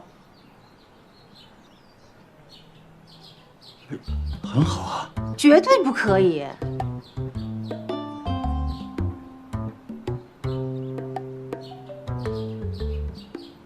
儿子，我之所以这段时间没有阻止你跟秦氏接触，不是说我认可他了，而是我觉得我儿子一不笨，二不是没有见过世面的人。只要给你时间，你一定会做出明智的选择。但是我真的没料到，我真的是低估了秦氏的野心。哎呦，人家只是一个30岁的姑娘，没必要把话说得这么严重吧？什么30岁啊？34，虚岁都35了。儿子啊，你知不知道啊？这个秦诗居然在单位里说跟你已经结婚2年了。现在所有人都以为我是骗子，明明自己儿子结婚了，偏偏说单身去骗相亲。你说说看，什么样的人呀，要这么破坏别人的名声？结婚这种事情是可以乱说的吗？这个不可能吧？怎么不可能啊？是他们领导亲口告诉我的。你知道他们领导还怎么说吗？他说呀，妈，上次人家秦氏都说过了，他不希望你在不经过他同意的情况下私下跟他同事接触。我记得你答应了。我没答应啊。要不是上次人家说要我们赔偿经济损失，我不会去跟他沟通的。我这是被逼的。那个人叫李代，他不是秦氏领导，相反，他是跟秦氏有竞争关系的同事，所以他说的什么话你都不能完全去相信。哎，对，儿子说的有道理。那既然是这样，你就把秦氏叫过来，我们面对面的把事情说清楚。如果真的是我冤枉了他，我可以当面向他道歉。妈妈这个人是最民主、最讲道理的。儿子，你妈说的也有道理啊。不用叫他来了，因为这一切就是我让秦氏这么说的。啊？为什么呀？因为我非常非常的爱他，我爱他爱到我不允许有任何人追求他。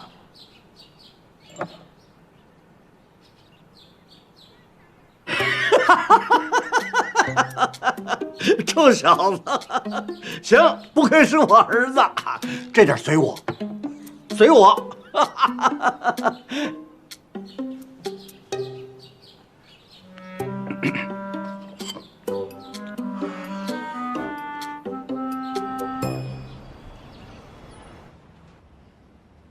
说实话，你不跟陶俊辉结婚，是不是就因为这个男人？不是。说实话，不是。哎呀，好了呀，做什么啦？像个审犯人一样的审人家。人家小诗没有谈恋爱的时候，你在家里着急；现在他谈了恋爱了，你在这里生气，你要干什么啦？阿军啊，这种事情呢，你不好太认真的。现在年轻人通通都是这样的，对感情呢不在意的，就算是住在一起，也不一定是男女朋友，对吧？刘烨，在这件事上没你说话的份儿啊。好啊。他那个叫杨什么来着？杨华。对，你那儿那个杨华，过2天来一趟。来不了。为什么来不了啊？他在国外工作的，梅梅知道。嗯，对，他那个我前2天刚见他的时候，他就说马上就要出国了。他就是经常被外派到海外工作的。真的啊？就是出国了，他也得有时间回来呀。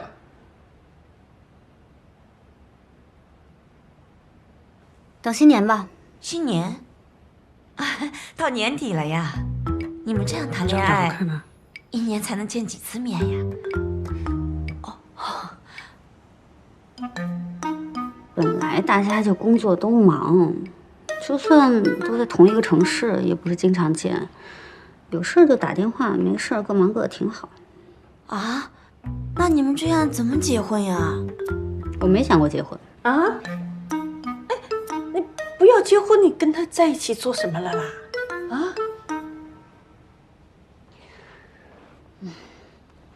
我们秦家的规矩呢，是只可以丧偶，不能离婚，这是爸定的规矩，我肯定得遵守。但我觉得啊，没有金刚钻不揽这个瓷器活，我实在对自己没有信心，结了能不离。这个事儿呢，用我二哥的话说，就是他说我是变态，我要认起死理来，我连我自己都怕。我可没说过啊，你别往我身上扣啊。到时候，万一我扛不住了。我是自杀呢，还是他杀？爸，您给支个招吧。哎，小诗，别胡说了。有什么不能说的呀？谁说结了婚就万事大吉，不离婚就能幸福的呀？大嫂，你看我大哥现在风华正茂，事业有成，您天天在家不得提心吊胆的，没准哪个小狐狸就扑上来了。梅梅，你嫁给我这个二货哥哥。你自己心里有多后悔，你肯定比我清楚。看我妈，跟我爸结婚都30多年了，到现在，我大哥二哥还管她叫阿姨呢，不认她。她呢还得在前妻面前唯唯诺诺的，就连我爸生日，去哪儿吃饭吃什么，她都做不了主。你们真觉得结婚幸福吗？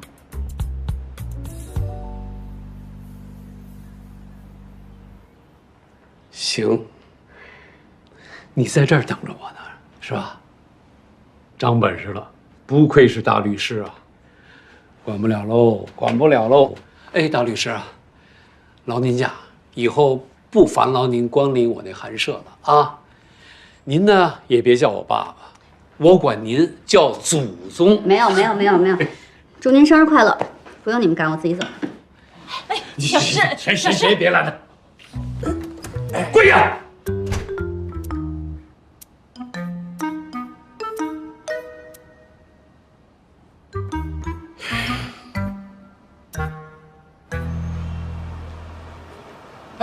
哎，小诗，哎，小诗，等一下，等等。大哥，你别劝我了。我没有劝你的意思，刚才我们院里来电话，让我回趟研究所。你看你能不能顺便送我一下？那上车吧。哎，好。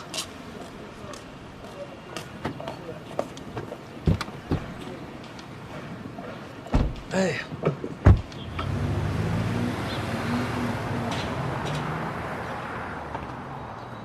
哎呦，比文宇还要高还要帅的，哎呀，哎呀，美美呀，那你有没有问他们家是什么状况的啦？啊，他父母是怎么样的？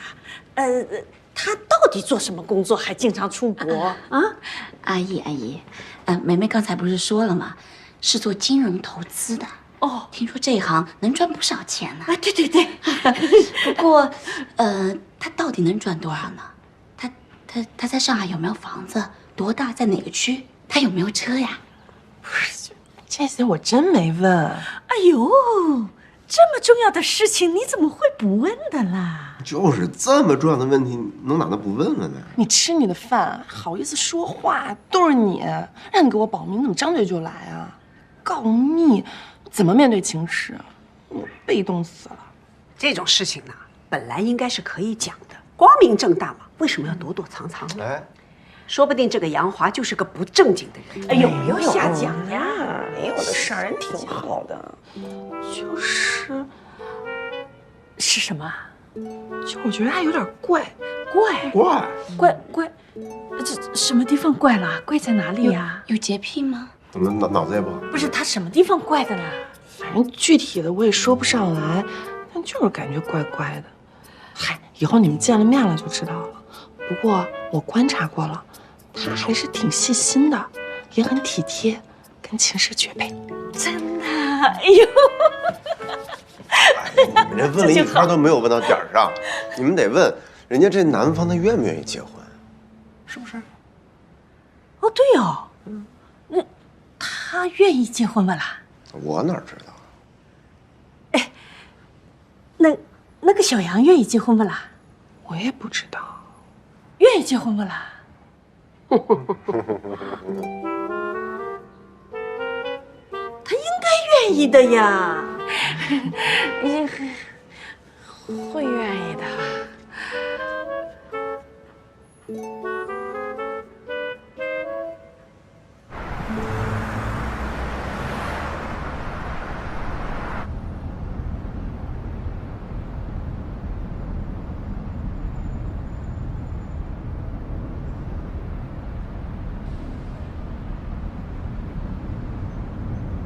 最近挺忙的。